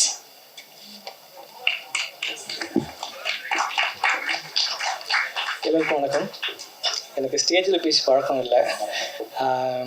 எல்லாத்தையும் பேசிட்டாங்க. இந்த நிறுவனத்தை வந்து support பண்ணுறதுக்கு வந்திருக்க எல்லாருக்கும் நன்றி. And plus பண்ணுங்கள், எங்களை ப்ளஸ் பண்ணுங்கள், ப்ரே பண்ணுங்கள். Thank you so much.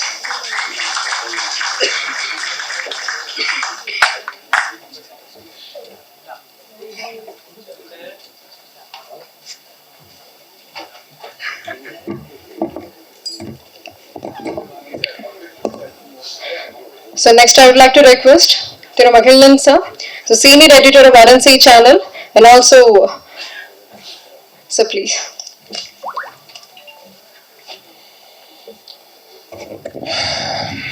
எல்லாருக்கும் வணக்கம். துப்பாக்கி ஏந்தின அந்த கையில் வந்து கேமராவை கையில் எடுத்திருக்கிறாரு, அதுக்கு என்னுடைய வாழ்த்துக்கள். வழக்கமாக அந்த சடங்காக மேடையில் பேசும் பொழுது அவையோருக்கும் பெரியோருக்கும் வந்திருக்கிற அனைவருக்கும் வணக்கம் அப்படின்னு சொல்லணும். நான் வழக்கமான மேடை பேச்சாளர் இல்லை, அதனால் நான் மறந்துட்டேன். எல்லாருக்கும் வணக்கம். நிறைய விஷயங்கள் பேசப்பட்டது.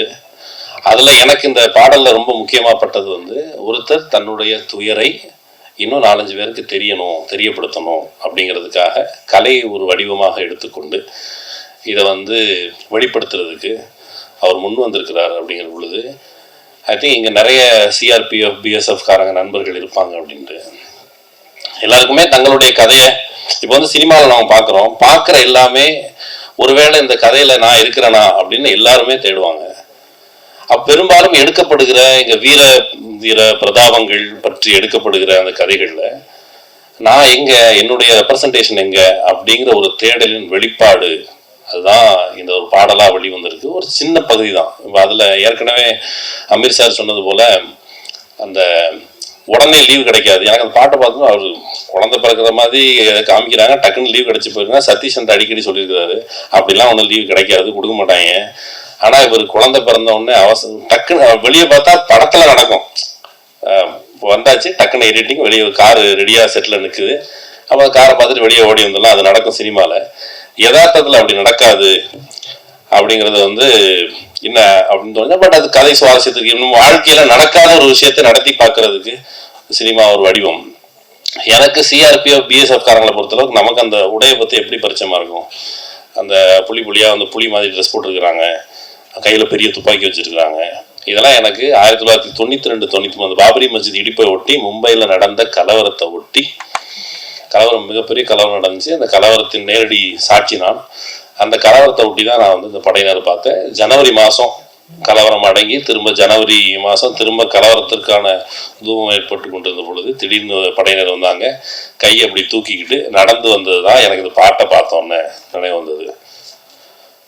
எனக்கு ஸ்பெசிஃபிக்காக எனக்கு எந்த பாதுகாப்பு படையினர் குறித்தும் இந்த குளோரிஃபிகேஷன், ஐயோ பாருங்க எல்லையிலே இராணுவ வீரன் அவன் வந்து தனக்காக உயிரை விடுறான் அப்படிங்கிறது வந்து அந்த குளோரிஃபிகேஷன் மேலே எனக்கு உடன்பாடு இல்லை. எல்லையில் இராணுவ வீரனுங்கிறத விட எல்லையில் இராணுவ வீரன் போய் ஏன் அங்கே போய் நிற்கிறான் அப்படின்னா நம்ம வீட்டில இருந்து அனுப்பி வைக்கிறோம். நம்ம வீட்டு நண்பர்கள், அண்ணன்மாரு, தம்பிமாரு இவங்க தான் அங்கே போய் நிற்கிறாங்க. அங்கே போய் ஏன் நிற்க வேண்டியது இருக்குதுன்னா, உலகம் இயல்பிலேயே இப்போ வந்து மனித குலம் உருவான காலகட்டத்திலே ஒரே சண்டை போட்டுக்கிட்டே இருந்தாங்க. விலங்குகள்ல ஆர்மி இல்லை, வேற எந்த உயிரினத்திலும் ஆர்மி வச்சு எல்லை வகுத்து சண்டை போட்டுட்டு இருக்கலாம் கிடையாது. அது குழு குழுவா இருக்கும், சண்டை போட்டுக்கிறோம், முடிஞ்சிடும்.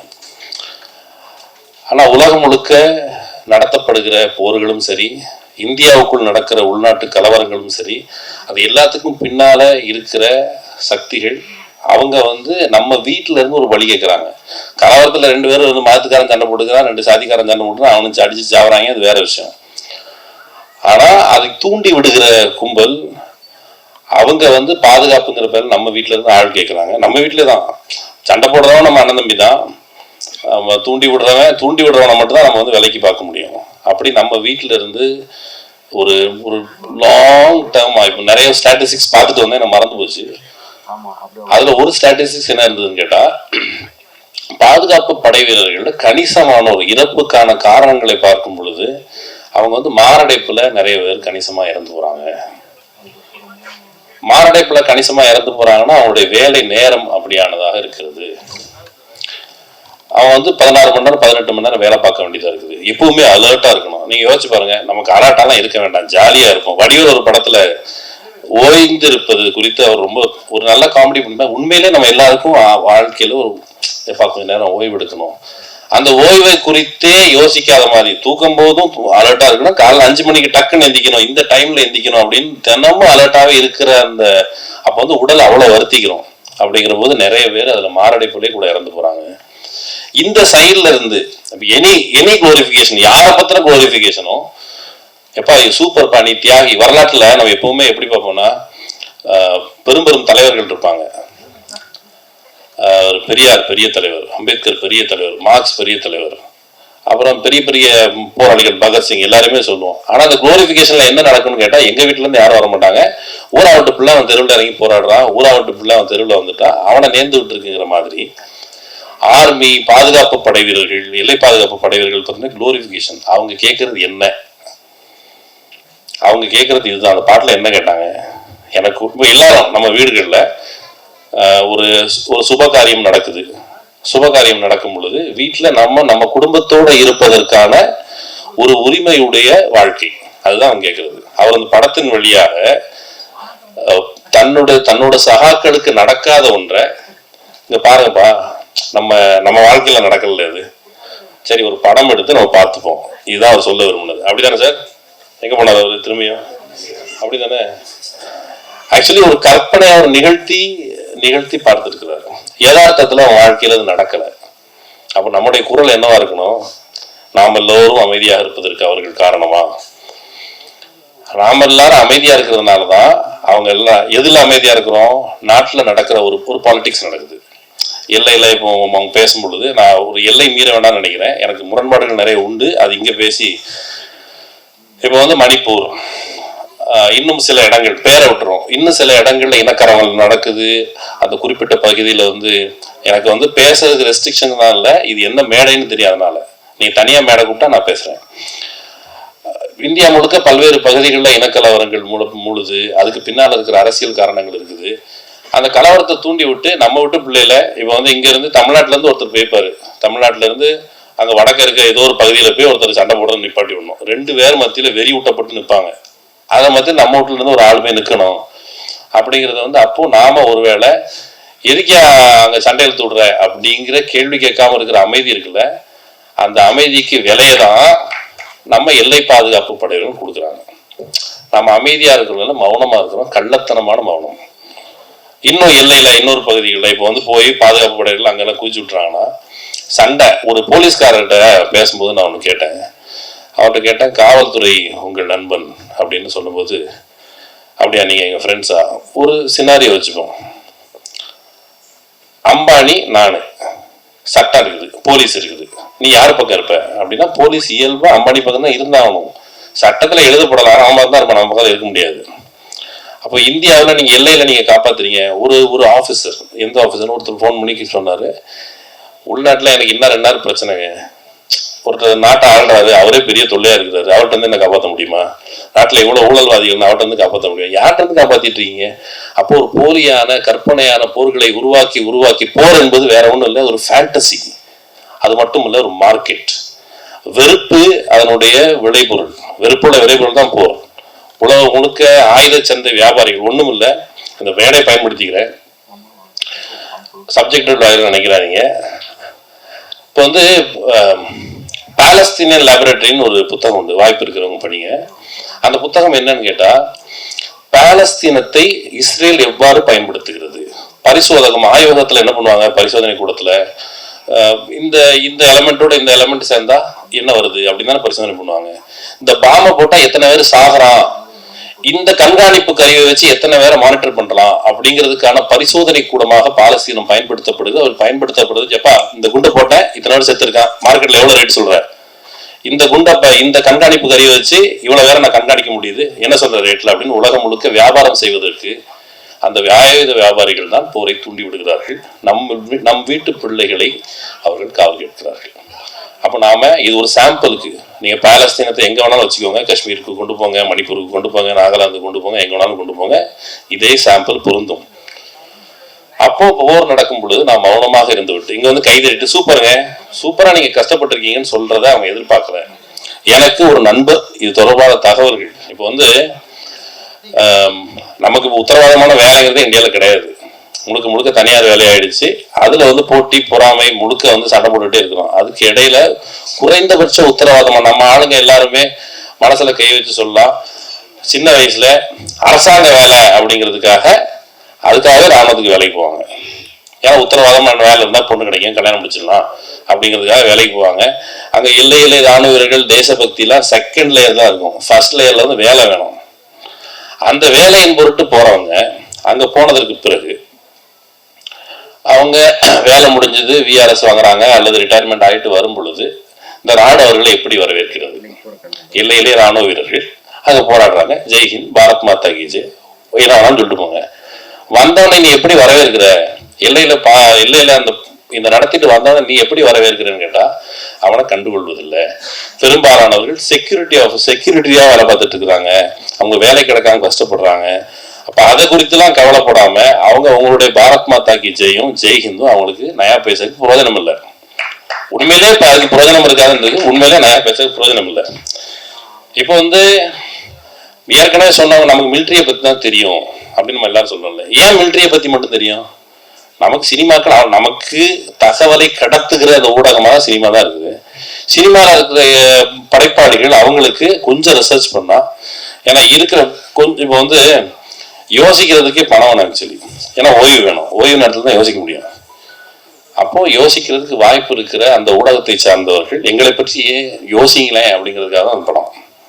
இதை விட்டு இன்னும் பெட்டரான படங்கள், பெட்டரான கதைகள், அமர காவியத்தை கண்டிப்பாக படைக்கலாம். இதுல இருந்து வர்றாங்க. இப்போ வந்து சதீஷ் இருக்கிறார், அவர் கதையை நாங்கள் சுருக்கமா சொல்லிடுறேன். அவர் வந்து தன்னுடைய ஊர்ல இருக்கிற கிராமத்துல இருக்கிற எல்லையை கடக்கிறதுக்கு, கிராமத்துல ஒரு எல்லை இருக்கு, கிராமத்தை பத்தி தெரிஞ்சவங்களுக்கு தெரியும், ஒரு எல்லை இருக்கும், எல்லா ஊர்லயும் ஒரு தெருவுக்கும் ஒரு எல்லை இருக்கும். அந்த எல்லையை கடக்கிறதுக்காக எல்லைக்கு போனவர். நான் வந்து அவருக்கு அந்த கதையை என்கிட்ட கொடுத்துருங்க, நான் படம் பண்ணும்போது நான் பண்ணிக்கிறேன்னு சொல்லியிருக்கிறேன். வேற யாரும் கூட ட்ரை பண்ணலாம். அப்படி தொடர்ச்ச சின்ன சின்ன காரணங்களுக்காக, சின்ன சின்ன வாய்ப்புகளுக்காக வெளிநாடுகளுக்கு போறாங்க. விஆர்எஸ் வாங்கி வந்தவங்கள முன்னாடி தமிழ்நாடு அரசு, இங்க வந்திருந்தவங்களுக்கு ஒரு பொறுப்பு இருக்குது. தமிழ்நாடு கவர்மெண்ட் வந்து முதல்ல சர்வீஸ்ல சேர்த்துட்டு இருந்துச்சு, அப்புறம் வந்து அவங்கள சர்வீஸ்ல சேர்க்கல, இப்ப சேர்க்கல.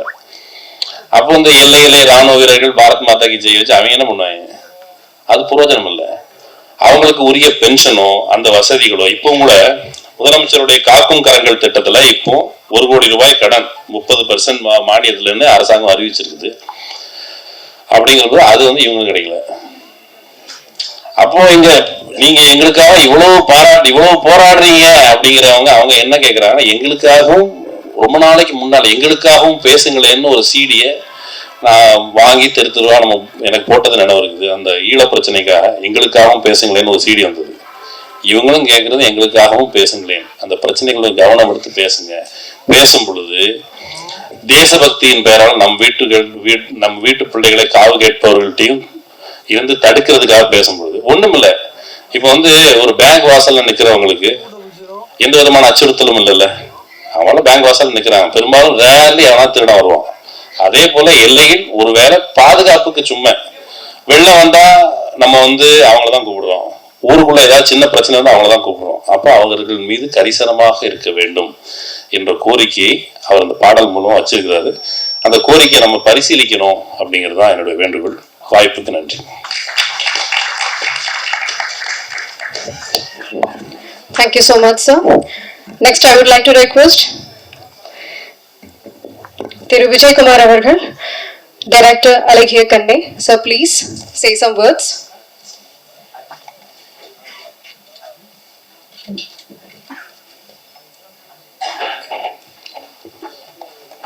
அனைவருக்கும் இனிய மாலை வணக்கம்.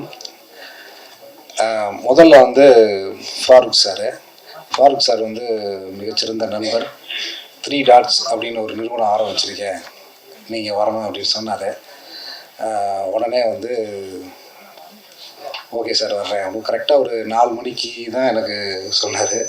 அதுக்கு மேலே ரீச் பண்ண முடியலன்னாரு. உடனே இமீடியட்டாக நான் வந்துடுறேன் சார் அப்படின்ட்டு ஒரு 5:30க்கெலாம் கிளம்பி வந்துட்டேன்.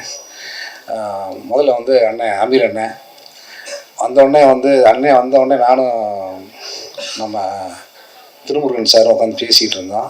இன்னொரு 100 வருஷம் ஆனாலும் நம்ம பருத்தி வீரனையும் ஒரு ராமையும் நம்ம மறக்க முடியாது, சார் வந்திருக்காரு அப்படின்னு அவர் சொன்னார். நானும் சொன்னேன், அண்ணே வணக்கண்ணே. அவர் தமிழ் சினிமாவுன்னு மிகப்பெரிய ஒரு ஆசான் அண்ணன். நான் படம் பண்ணும் போதும் உதவி இயக்குனராக வேலை செய்யும் போதும் பருத்தி வீரனில் யார் வேலை செஞ்சிருந்தாலுமே அவங்க கூட தான் ரொம்ப நேரம் பேசிக்கிட்டே இருப்போம். நாங்கள் அசிஸ்டன்ட் டைரக்டர் எல்லாமே இப்படி பண்ணார் அப்படி பண்ணாருன்னு ஒவ்வொரு நாள் எப்படி இருந்துச்சு அப்படின்னு. அது மாதிரி தமிழ் சினிமாவோட மிகப்பெரிய பொக்கிஷம் அண்ணன்.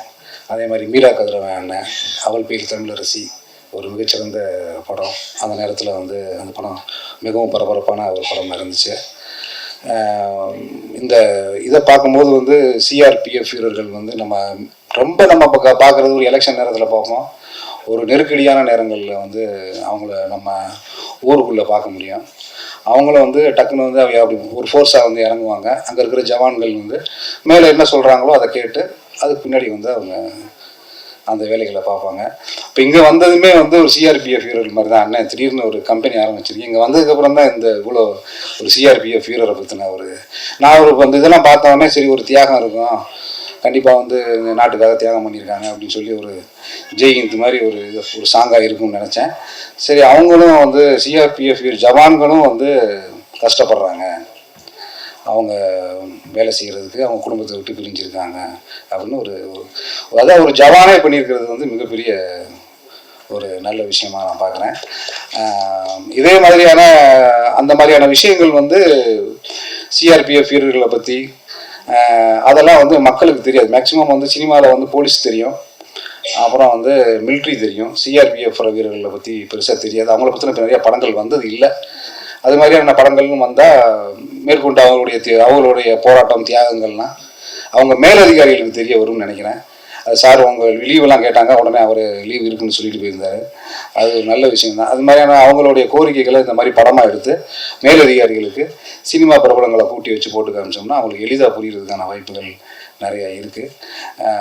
அதே நேரத்தில் இந்த மேடையில் வந்து இருக்கக்கூடிய அனைத்து ஆளுமைகளுக்கும் நான் வந்து நன்றி சொல்லி விடைபெறுகிறேன். மேலும் இந்த 3 டாட் நிறுவனம் வந்து ஃபாரூக் சாரோடைய நல்ல மனசு போலயே மிகச்சிறந்த ஒரு நிறுவனமாக வரணும், நிறைய இசை ஆல்பங்களை அவர் கொண்டு வரணும்னு இறைவன்கிட்ட வேண்டிக்கிறேன். நன்றி, வணக்கம்.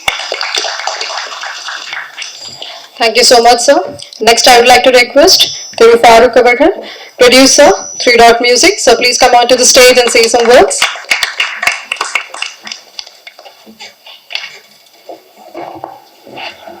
அனைவருக்கும் வணக்கம். இந்த நிகழ்ச்சி இந்த மேடையில் வீழ்த்திருக்கும் ஆளுமைகள் அனைவருக்கும் வணக்கம். சில பேருக்கு வந்து ரொம்ப காலதாமதமாக தான் வந்து எங்கள் இயக்குனர் சொன்ன மாதிரி, விஜயகுமார் சார் சொன்ன மாதிரி 4 மணிக்கு கூப்பிட்டு 5:30 வந்திருக்காங்க. அமீர் அண்ணனை ரொம்ப உரிமையோட கோச்சிட்டார். ஏப்பா இவ்வளோ ஷார்ட் பீரியட்ல சொல்ற ஒன்று, நான் முன்னாடியே சொல்லியிருந்தேன்னா டைம் அதுக்கேற்ற மாதிரி மாற்றிருப்பேன், இவ்வளோ தாமதமாக சொல்லிடுறேன்னு சொல்லி. பட் நேர நெருக்கடிகளை கடந்து அமீர் அண்ணன் மாதிரி அவர் எவ்வளோ பிஸியாக இருப்பேன்னு தெரியும். அதை கடந்து ஒரு நம்ம மேலே இருக்கக்கூடிய ஒரு சின்ன ஒரு அன்பின் காரணமாக தன்னோட ஷெடியூலெல்லாம் மாற்றி அண்ணன் வந்திருக்காங்க. இயக்குனர் மீரா கதிரவன், கார்த்தி நேதா, இன்னும் இங்கே மகிழன் சார் வந்து சடனாக வந்திருக்காங்க, தோழர் மகிழன் சார். அனைவருக்கும் நன்றி. மற்றும் இந்த ஆல்பத்தில் நடித்த கலைஞர்கள் ஹரிஷ் மற்றும் சங்கீதா, இசையமைப்பாளர் KM ரயான், இதுக்கு கேமரா பண்ண ஃபைசல் கனி, இன்னும் இயக்குனர் நவீன் சார், அனைவருக்கும் நன்றி. ஒரு 6 நிமிடம் ஓடுமா அந்த படம், ஆனால் அதுக்கு கிடைச்ச ரெஸ்பான்ஸ் அதெல்லாம் தாண்டி இது என்ன மாதிரியான ஒரு டைமென்ஷன், என்ன மாதிரியான ஒரு பார்வையை உருவாக்கி இருக்குன்னு சொல்லும்போது எனக்கே ஆச்சரியமா இருக்கு. ஏன்னா நம்ம இதை ஒரு 100 தடவை இந்த பாட்டை போய் கேட்டிருப்போம். படத்தொகுப்பாக இருக்கும்போதோ இல்லை அது ஃபைனல் ஒரு நிறைவு காட்சி அவுட் வர்றது வரைக்கும் ஒரு 100 தடவை பார்த்துருப்போம். ஆனால் இது ஒவ்வொருத்தவங்களோட பார்வையில் அது எப்படி மாறுதுன்னு பார்க்கும்போது எனக்கு உண்மையிலே ஆச்சரியமா இருக்கு. அதை அமீர் அண்ணன் தொடங்கி வச்சாங்க. அதை அமீர் அண்ணன் வந்து ஒரு CRPF வீரனா அவருடைய நண்பர் அவரோட உறவுல ஏற்பட்ட ஒரு விஷயத்தை அவர் ஸ்டார்ட் பண்றாரு. அதுக்கடுத்து அதுக்கு பதில் சொல்ற அருள் சார் பேசுறாரு. அவர் அதிகாரியா வந்து ஒரு DIG அவரோட ஒரு கடமைக்கு உட்பட்டு அவர் ஒரு பெர்ஸ்பெக்டிவ்ல அவர் சொல்றாரு. அதிகாரத்தின் இல்ல அந்த கட்டமைப்பின் ஒரு பிரதிநிதியா அவர் சொல்றாரு. அடுத்து வர்றாரு மீரா கதிரவன், அவர் ஒரு பெர்ஸ்பெக்டிவ்ல ஒரு இலைமறைக்காயா ஒன்று சொன்னாங்க, இந்த ரெண்டுக்கு இடைப்பட்ட அப்படின்றது மாதிரி. அதை பகிரங்கமா போட்டு உடச்சிட்டு போயிட்டாரு நம்ம மகிழன் தோழர். அதுக்கு பின்னாடி நம்ம பிள்ளைகளை காவு வாங்கணுமா, இதுக்கு பின்னாடி இருக்க அரசியல் என்ன, இந்த அரசியலை தீர்மானிக்கக்கூடிய சக்திகள் என்ன. ஸோ இது ரொம்ப ஆச்சரியமா இருக்குது. ஒரு 6 நிமிட படம், ஒரு இராணுவ ஒரு எல்லை காக்கக்கூடிய ஒரு CRPF அவர் வர்றாரு, ஒரு குழந்தை பிறகுது போகுதுன்னு சாதாரணமாக ஏதோ ஒரு உணர்வுகள். ஆனால் இதுக்கு கூட இவ்வளோ பெர்ஸ்பெக்டிவ் இருக்கு அப்படின்றது ரொம்ப ஆச்சரியமா இருக்கு. ரொம்ப குறுகிய காலத்தோட நம்ம அமீரனை பேசி முடிக்கிற மாதிரி ஒரு சூழல் வந்தது. என்னோட விருப்பத்துக்காகவும் நிறுவனத்தோட விருப்பத்திற்காகவும் அமீரண்ணன் மீண்டும் மேடை ஏறணும். இது இன்னொரு டைமென்ஷன்ல இல்லை வேற என்ன சொல்ல வரணும்னு அண்ணா நீங்க வாங்கினேன், ஒரு few minutes பேசிட்டு போங்க, சில வார்த்தைகள்.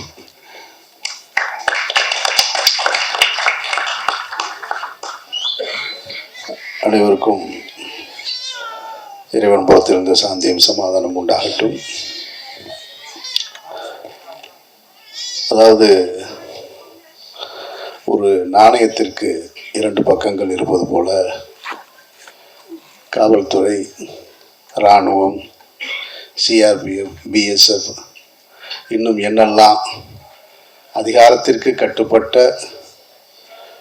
காவலர்கள் இருக்கிறார்களோ, அதிகாரம் என்பது ஒற்றை புள்ளியில் தொடங்குது ஒவ்வொரு நாட்டுக்கும். அந்த உச்சத்தில் இருக்கக்கூடிய ஒரு நாட்டின் முதன்மை அமைச்சருக்கு கீழே எல்லாமே வருது. அதனால் என்னுடைய பார்வையில் நான் அந்த பாடலை பார்த்த உடனேயே எனக்கு தோணுனதை, ஒரு அதிகாரி இங்கே இருக்கிற காரணத்தினால அவரோட விளக்கத்தை அவர் சொல்லட்டும் அப்படின்னு சொல்லி தான் நான் முதல்ல அதை தொடங்கினேன். அவரிடம் நான் ரொம்ப எதிர்பார்த்திருந்தது, அவர் நேரடியாக பதில் சொல்லலை, ஆனால் அது பதில் சொன்னாருன்னு நான் நினைக்கிறேன், அப்படி நான் நம்புகிறேன். இப்போ நிறைய மாறி இருக்கு அப்படின்னு. ஏன்னா அந்த குழந்தை இறந்ததுக்கு லீவு கொடுக்கல அப்படின்றது தான் அதில் இருக்கிற மிகப்பெரிய, நான் சொன்ன அந்த கதையோட முக்கிய புள்ளியே அதுதான். ஆனால் அதை சொல்லலை, இப்போ நிறைய பண்ணியிருக்கோன்னு சொன்னார். இது என்னுடைய பார்வையில். இது நாணயத்தோட ஒரு பக்கம். மறுபக்கத்தை தான் மீரா கதிரவன் புள்ளி வச்சார். மகிழ்நன் வந்து விரிவாக அதை சொல்லிட்டு போயிட்டார். அதிகாரம் மிக வலிமையானது தான், ஆனால் அது யார் கையில் இருக்குது அப்படின்றது. உண்மையிலேயே வந்து இங்கே யார் அப்படின்னா, கட்சிகளாக பிரிந்திருக்கிறவர்கள் யாருன்னு பார்த்தீங்கன்னாக்க மாமே மச்சான் தான். ஒரு தாய் வயிற்று பிள்ளைகள் தான் எதிர் கட்சியில் இருக்கும். ஒரு தாய் வயிற்று பிள்ளைகள் தான் காவலர்களாக இருக்காங்க, இங்கே ஒடுக்கப்படுறவங்களாகவும் இருக்காங்க. துப்பாக்கி ஆயுதம் ஏந்திய காவலர்களாக நிற்கிறாங்க, இங்கே ஒடுக்கப்படுறவங்களாக இருக்காங்க. நான் இந்த கேள்வியை பலமுறை கேட்டிருக்கிறேன். இது அது குறித்த ஒரு நிகழ்வாக இருந்திருந்தால் நிச்சயமாக நான் நிறைய பேசியிருப்பேன். நான் அதை எங்கே நான் உணர்ந்தேன் அப்படின்னு சொன்னால், இந்த காவிரி போராட்டத்துக்காக நாங்கள் கடந்த ஒரு 2-3 வருடங்களுக்கு முன்னாடி இங்கே ஒரு IPL நடந்தது. அதை போய் தடுத்து நிறுத்துறதுக்காக ஒரு போராட்டத்துக்கு போயிருந்தோம். நான் தமிழர் கலை இலக்கிய பேரவை சார்பாக இருந்தோம். அதில் எல்லோரும் இருந்தோம். நான் இருந்தேன், அண்ணன் சீமான் இருந்தாங்க, பாரதி ராஜா இருந்தாங்க, வெற்றிமாறன் இருந்தாங்க. எல்லாருமே நாங்கள் அந்த போராட்டத்தில் போயிட்டு இருக்கும் பொழுது காவலர்கள் எப்படி இருக்காங்க, இந்த அவர் சொன்னது மாதிரி புள்ளி புள்ளியாக வச்ச ட்ரெஸ்ஸு போட்டவங்களும் காக்கி ட்ரெஸ்ஸு போட்டவங்களும் யாருக்கு கட்டுப்பட்டு வேலை செய்கிறாங்க அப்படின்னா, அவங்களுக்கு மேலே இருக்கிற அதிகாரிக்கு கட்டுப்பட்டு வேலை செய்கிறாங்க. அப்போது அந்த போராட்டத்தில் போய்கிட்டு இருக்கும் பொழுது உள்ளுக்குள்ளே ஏதோ அந்த நிகழ்வு சிலருக்கு தெரிஞ்சிருக்கும், பத்திரிகையாளர்களுக்கு. மயிலனுக்கு நல்ல நினைவு இருக்குன்னு நினைக்கிறேன். ஒரு காவலரை ஒருத்தர் அடிச்சுக்கிறாரு. அவர் நாம் தமிழர்னு சொல்லி அந்த பிரச்சனையெல்லாம் பண்ணாங்க அந்த டைமில். அப்போ புதுசாக வேலைக்கு சேர்ந்தது போல இருக்கிறார். ஒரு குறைந்த வயசு, ஒரு 25லேருந்து 26 வயசுக்குள்ளே இருக்கிற ஒரு காவலர் ஒருத்தர். அவர் என்ன செய்கிறாரு, அவர் அதிகாரி சொல்லிட்டாரு, அவரோட ஆஃபீஸர் ஒருத்தர் சொல்கிறார், நான் நின்றுட்டுருக்கேன், எல்லாரும் அடிச்சு வரட்டேன் எல்லாரும் அப்படின்னு. உடனேயே வெறி கொண்டு 2 பைப்பை எடுக்கிறார். 2 பைப்பை எடுத்துட்டு வேகமாக எல்லாரையும் அடித்து அதில் தான் வெற்றிமாறனை கீழே தள்ளி விட்டது. அந்த நிகழ்வில் நடந்தது தான் அது. நான் பக்கத்தில் தான் இருக்கேன். நான் வெற்றிமாறனை அடிக்கிறாங்கன்னா இப்போ நாங்கள் வேகமாக ஓடி போய் பார்த்தா அப்போ அவர் அடிக்கலை, வேறு யாரையும் அடிக்கிறாரு. அந்த காவலர்கிட்ட நான் அவரை நிறுத்தி கேட்டேன், இவ்வளோ வெறி உனக்கு எதுக்குன்னு கேட்டேன். இவ்வளோ வெறி எங்கேருந்து வருது? இந்த காவிரி நீர் போராட்டம் நடத்தணும் பார்த்தீங்களா? இப்போ நமக்கு காவிரி நீர் நேரடியாக சென்னைக்கு நம்ம ஒன்றும் பண்ண போகிறதில்ல. அது விவசாயத்துக்கு தேவை, இந்த நாட்டுக்கான விவசாயம், இந்த மாநிலத்துக்கான விவசாயத்துக்கு தேவை. அந்த விவசாய குடும்பத்திலிருந்து வந்த ஒருத்தன் தான் அந்த 2 பைப்பை தூக்கிட்டு ஓடி வந்த ஒருத்தன்.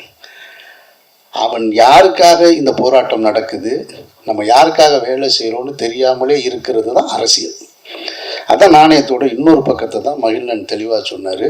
அதில் சர்வதேச அரசியலையும் ரொம்ப அழகாக சுருக்கமாக, ஒரு ஆயுதங்கள் விற்பனைக்கு எப்படி இருக்குமோ அதுக்கு அவட டெஸ்ட்டு தான், குரங்கு டெஸ்ட்டு பண்ணுறது மாதிரி, இந்த மருந்து கொடுத்தா சரியாகுமா, இந்த மருந்து கொடுத்தா சரியாகுமான்னு எந்தெந்த பொருள் எப்படி வேலை செய்யுதுன்னு பார்க்குறதுக்கு தான் பாலஸ்தீன்னு ரொம்ப அழகாக சொன்னாங்க.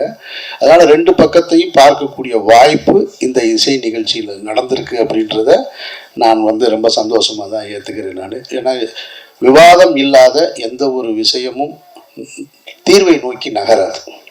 அதனால் இந்த விவாதம் அவசியமானதாக பார்க்குறேன்.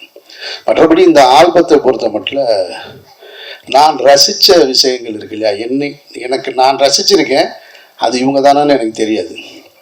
அந்த என்ன வேணும் உனக்கு பாடல அந்த குரலுக்கு நான் ரசிகன். ஆமாம், அந்த குரலுக்கு நான் ரசிகன். அதை பாடினவங்க இங்கே தான் இருக்காங்கன்ற போது எனக்கு அது சந்தோஷம். அவங்கள பற்றி பேசாமல் விட்டோமே, நம்ம வந்த உடனே வண்டியை வேறு பக்கம் திருப்பிட்டோமேன்னு. அதே மாதிரி 5 வண்ண பூவிக்கும் நான் ரசிகன். அதை எழுதுன கையும் இங்கே தான் இருக்குது. அதனால் இவ்வளவு பெரிய, அதாவது இதில் என்ன ரொம்ப முக்கியமானதுன்னா, 2மே மிகப்பெரிய ஒரு நிறுவனத்தில் மிகப்பெரிய இயக்குனரால் அறிமுகப்படுத்தப்பட்ட அந்த பாடலில் வேலை செஞ்சவங்க இந்த சின்ன ஆல்பத்துக்குள்ளேயும் இருக்கீங்க அப்படின்றது இருக்கு இல்லையா, உங்களை நான் ரொம்ப ரெஸ்பெக்ட் பண்ணுறேன், மதிக்கிறேன், நன்றி. அப்புறம் அதில் நடிச்சிருந்த, இந்த ஆல்பத்துக்குள்ளே நடிச்சிருந்த இசையமைச்சிருந்தவர் ரொம்ப சிறப்பாக பண்ணியிருந்தார், வாழ்த்துக்கள். அந்த நடிச்சிருந்தவர் உண்மையிலே அவருக்கு உண்மையிலே குழந்தை பிறந்தா என்ன ரியாக்ஷன் இருக்குமோ அந்த ரியாக்ஷன் கொடுத்துருந்தாரு. உட்காருங்க. அவங்களும் ரொம்ப அழகாக நடிச்சிருந்தாங்க. எல்லாருமே உங்களுடைய அது நடிப்பு அப்படின்றத பார்த்துட்டு ஒரு வாழ்வியல்ன்ற பார்வை எல்லாருக்குமே உட்காருங்க தோணிடுச்சு. அதனால தான் எல்லாருமே இதை பற்றி ரொம்ப டீப்பாக டிஸ்கஸ் பண்ணிக்கிட்டு இருக்கேன்னு நினைக்கிறேன் நான். அப்புறம் இந்த ஆல்பம்லாம் இப்போ வருது. ஒரு காலத்தில் ஏஆர் ரஹ்மானுடைய இசை இருந்தால் 4 கோடிக்கு ஆடியோ விற்கும், அப்படி இப்படிலாம் இருந்த காலகட்டங்கள்லாம் போய் ஆடியோலாம் இப்போ விற்கிறதே இல்லை. சிடி கிடையாது, ஒன்றும் கிடையாது. மொத்தமாக ஒரு காரில் ஏறி உட்காந்து பென்ட்ரைவை போட்டு விட்டு அது பாடுது 200 பாட்டு. அதனால் அப்புறம் ரெண்டாவது நம்ம ரிலீஸ்ன்னு சொல்கிறோம். அப்போல்லாம் வந்து சிடி எப்போ ரிலீஸ் ஆகும்னு கேட்பாங்க. நாங்கள் ராம் எடுத்துகிட்டு இருக்கும்போது எப்போ ஆடியோ ரிலீஸ் பண்ணி எனக்கு 2 DVD கொடுங்கம்மா. இப்போ ஃபங்க்ஷன் இங்கே நடந்துக்கிட்டு இருக்காங்க, வீட்டில் டவுன்லோட் பண்ணிடலாம், முடிஞ்சு போகுது. நம்ம வீட்டுக்கு போகிறதுக்குள்ளே அங்கே போயிடுது. அதனால் எல்லாம் மாறிடுச்சு, வியாபாரத்து தன்மையெல்லாம் மாறிடுச்சு. அதில் மீரா கதிரவன் சொன்னார், ஃபரூக் வந்து பொருள் ஈட்டணும் அப்படின்னு. எனக்கு அதிலலாம் நம்பிக்கையே இல்லை. பொருள் ஈட்டுறவன் இந்த வேலை செய்யவே முடியாது. பொருளை தேடி போகிறவன் இந்த மேடை கிடையாது, இந்த ஆல்பம் எடுக்கவே முடியாது. அதுக்கு வேறு ஆல்பம் இருக்குது. ரொம்ப நேர்மையாக இருக்கார். அதனால் நீங்கள் எப்படியாவது பொருள் ஈட்டுங்க. அறமாக இருக்கீங்க அப்படின்னா, நெருப்போட எதிரி எது அப்படின்னா நீர். அப்படி தானே இருக்க முடியும். நெருப்புக்கு எதிரி யார்? நீர் வந்து நெருப்பு அணைச்சிடும். அது மாதிரி நேர்மையோட வந்து எதிர் திசையில் இருக்குது பணம், அறத்துக்கு எதிர் திசையில் இருக்குது பணம். அது சேரவே சேராது, ஒரு நாளும் உங்கள் கைக்கு வந்து சேராது. நல்லவன் வாழ்வான் அப்படின்றது வார்த்தை தானே தவிர அது வாழ்க்கையாக ஒரு நாளும் இருக்கவே முடியாது. அதுதான் இன்றைய உலகம். அதை நம்ம விளங்கிக்கணும். ஃபரூக் ஏதோ ஒரு ஆசைக்கு அதை எடுத்திருக்காரு. இது எப்படி பொருள் ஈட்டும்? பொருளை ஈட்டுவதாக இருந்தால் அவர் வேற செய்யணும், வேற பாடலை இயக்கலாம், வேற அதுக்குன்னு ஒன்று இருக்குது. அவர் சொன்னது, கார்த்திகை நேதா சொன்னது மாதிரி அந்த சதைகளை பற்றிய அது இதுன்னு இருக்கு இல்லையா, அப்படி தான் வர முடியும். அதனால் ஃபரூக் பொருள் ஈட்டுவதற்காக வந்திருக்காருன்னு நான் நம்பலை. ஈட்ட முடியும்னு அவருக்கு யாராவது ஆசை வார்த்தை காமிச்சிருந்தா அவர் இங்கேருந்து மாறிக்கிறணும் அப்படின்றது என்னுடைய அன்பான வேண்டுகோள். அது சினிமாவுக்கு அதுக்கு ரொம்ப தூரம். சினிமாவிலே இங்கே நாங்கள் கேட்டகரி பிரித்து வச்சுருக்கோம். இது ஆர்ட் ஃபிலிம், இது கமர்ஷியல் ஃபிலிம், இது வந்து கண்டென்ட் டைரக்டர், அவர் கமர்ஷியல் டைரக்டர், இது ஆர்டிஸ்டிக் ஃபிலிம், எல்லாத்துக்கும் கேட்டகரி பிரிச்சுருக்கும். அப்போ அந்த கேட்டகரிக்குள்ளே வரும் பொழுது இது முழுக்க முழுக்க வியாபார சந்தையாக இருக்கிற ஒரு இடம். அதில் வந்து இது போன்ற ஒரு பாடலை, இது போன்ற நேர்மையான விஷயங்களை சொன்னால் எங்கேயாவது ஒன்று எப்போவாது நடக்கலாம், அத்திப்பூத்தா அது போல். அதை நம்ம பொது விதியாக எடுத்துக்கிட்டு வர முடியாது. பொது விதினா வேறு தான், அது பணம் ஈட்டுவதற்குன்னு. அதனால் நீங்கள் பணம் ஈட்டுவதற்காக வந்தீங்கன்னு நான் நம்பல. ஆனால் அதுக்காக உங்கள் கம்பெனி இப்படி நின்றணும்னு நான் சொல்ல வரல. உங்கள் கம்பெனி மேலும் மேலும் வரணும், நிறைய பண்ணுங்க. நீங்கள் உங்களுடைய நோக்கம் என்னவாக இருந்தது அப்படின்னு அதுதான் ரொம்ப முக்கியம். ஒரு மனிதன் தான் வாழ்க்கையில் என்னவா இருந்தான் அப்படின்னு. இப்போ நான் வந்து எடுத்த படங்கள் குறைவு, எனக்கு அது பெருமையாகவும் இருக்குது. சில நேரம் என்னையே அதை சிறுமையாகவும் பார்த்துக்கிருவேன். ஏன்னா 2007 எடுத்த ஒரு படத்தை வந்துக்கிட்டு பருத்தி வீரன் இன்னும் சொல்லிக்கிட்டே இருக்காங்களேன்னு. எனக்கு வந்து நான் இயக்குனர் சங்கத்தில் செயலாளராக இருக்கும் பொழுது இதை சொல்லாதீங்கன்னே சொல்லுவேன். எனக்கு அதில் உடன்பாடு இல்லை. நான் பருத்தி வீரனை எடுத்தேன், நான் இன்னும் அதை தாண்டி போகலையா அப்படின்ற கேள்வி எனக்குள்ளேயே இருக்குது. நமக்கு மரியாதைக்குரிய மூத்த இயக்குனர் ஒருத்தர் இருந்தார், பசித்துறை அப்படின்னு சொல்லிட்டு. அப்போ நான் கிண்டல் அடிப்பேன் இயக்குனர் சங்கத்தில். எனக்கும் ஜனநாதனுக்கும் பயங்கர சண்டை வரும். என்ன இப்போ பசித்துறை ஆக்கணும்னு ட்ரை பண்ணுறீங்களா நீங்கள் அப்படிமே. நான் நின்றக்கூடாது, ஒரு படத்தோடு நின்றக்கூடாது. நான் கடைசி வரைக்கும் சினிமாவில் இருக்கணும்னு ஆசைப்படுறோம் ஒரு ஆள். பருத்திவீரனுக்கு பின்னாடி நான் நிறைய பயணப்பட்டிருக்கேன், வேறு படங்கள் பண்ணியிருக்கேன். அது வந்து சேரலை, அல்லது அது அந்த மக்களுக்கு வந்து திருப்தியை தரலை. அதனால் அது எனக்கு வருத்தம் கிடையாது. ஏன்னா நான் ஒன்று நினைக்கிறேன், அதை செஞ்சுக்கிட்டே இருக்கேன். இப்போ வரைக்கும் செஞ்சுட்டு தான் இருக்கேன் நான், இந்த நிமிடம் வரைக்கும். அதனால தான் ஷூட்டிங்லேருந்து என்னால் வர முடியுது. ஸோ அதனால் என்னை வந்து எங்கேயாவது பார்க்கும்போது உங்கள் நண்பராக நீங்கள் மேடையில் சொன்னீங்கன்னா போதும், அல்லது பருத்திவீரன் எடுத்தவர்னு சொல்லாதீங்க. ஏன்னா அது ஒரு ஜென்ரேஷன் தாண்டிடுச்சு. அது என்னை நான் அங்கேயே நின்றுட்டே இருக்க விரும்பலை. நான் என்னுடைய அடுத்த படத்துக்கான வெளியீட்டை நான் நோக்கி வந்துட்டேன். நான் ஒரு நடிகராக வந்துட்டேன், இயக்குனராக வந்துட்டேன் நான்.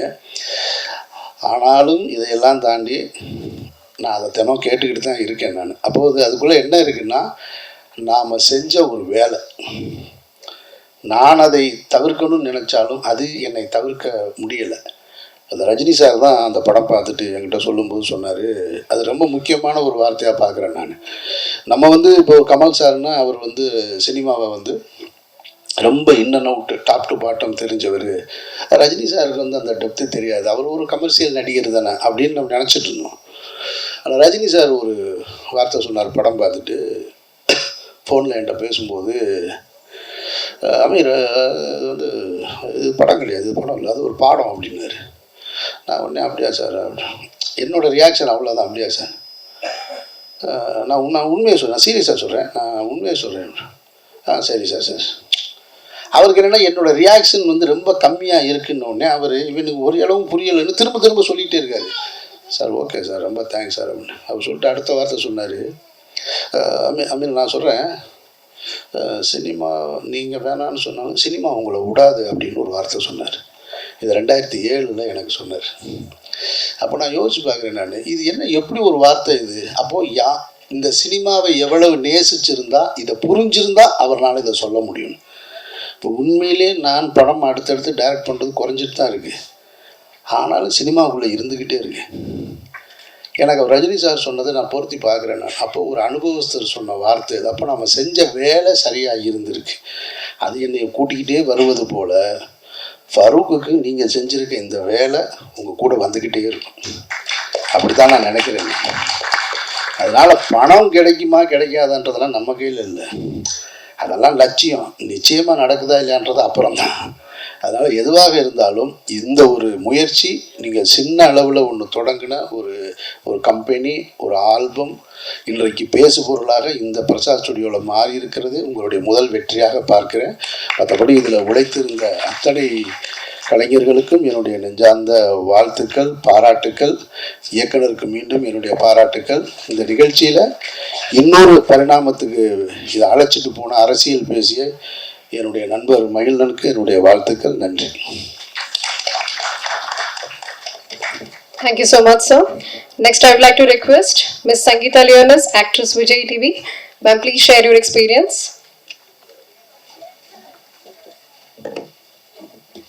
எல்லாருக்கும் வணக்கம்.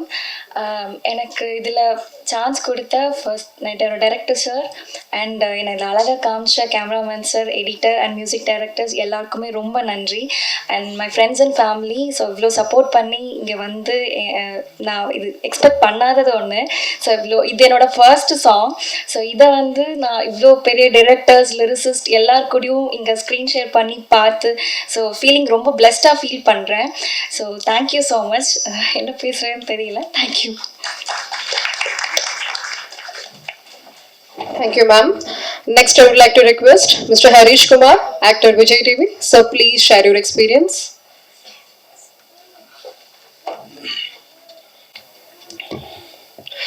எல்லாருக்கும் வணக்கம். இது என்னோட முதல் மேடை. கிட்டத்தட்ட ஒரு 10 வருஷமா இருக்கேன் சினிமாக்குள்ள. ஜூனியர் ஆர்டிஸ்டாக ஷார்ட் ஃபிலிம்ஸ் பண்ணிட்டு இருக்கேன். பட் இதுதான் எனக்கு கிடைச்ச ஃபஸ்ட்டு ஸ்டேஜ். அது கொஞ்சம் நர்வஸாக இருக்குது. கொஞ்சம் வளரிட்டானா தப்பாக எடுத்து வீடியோவில் ரிப்பீட் போட்டுறாதீங்க, மீன் போட்டுறாதீங்க.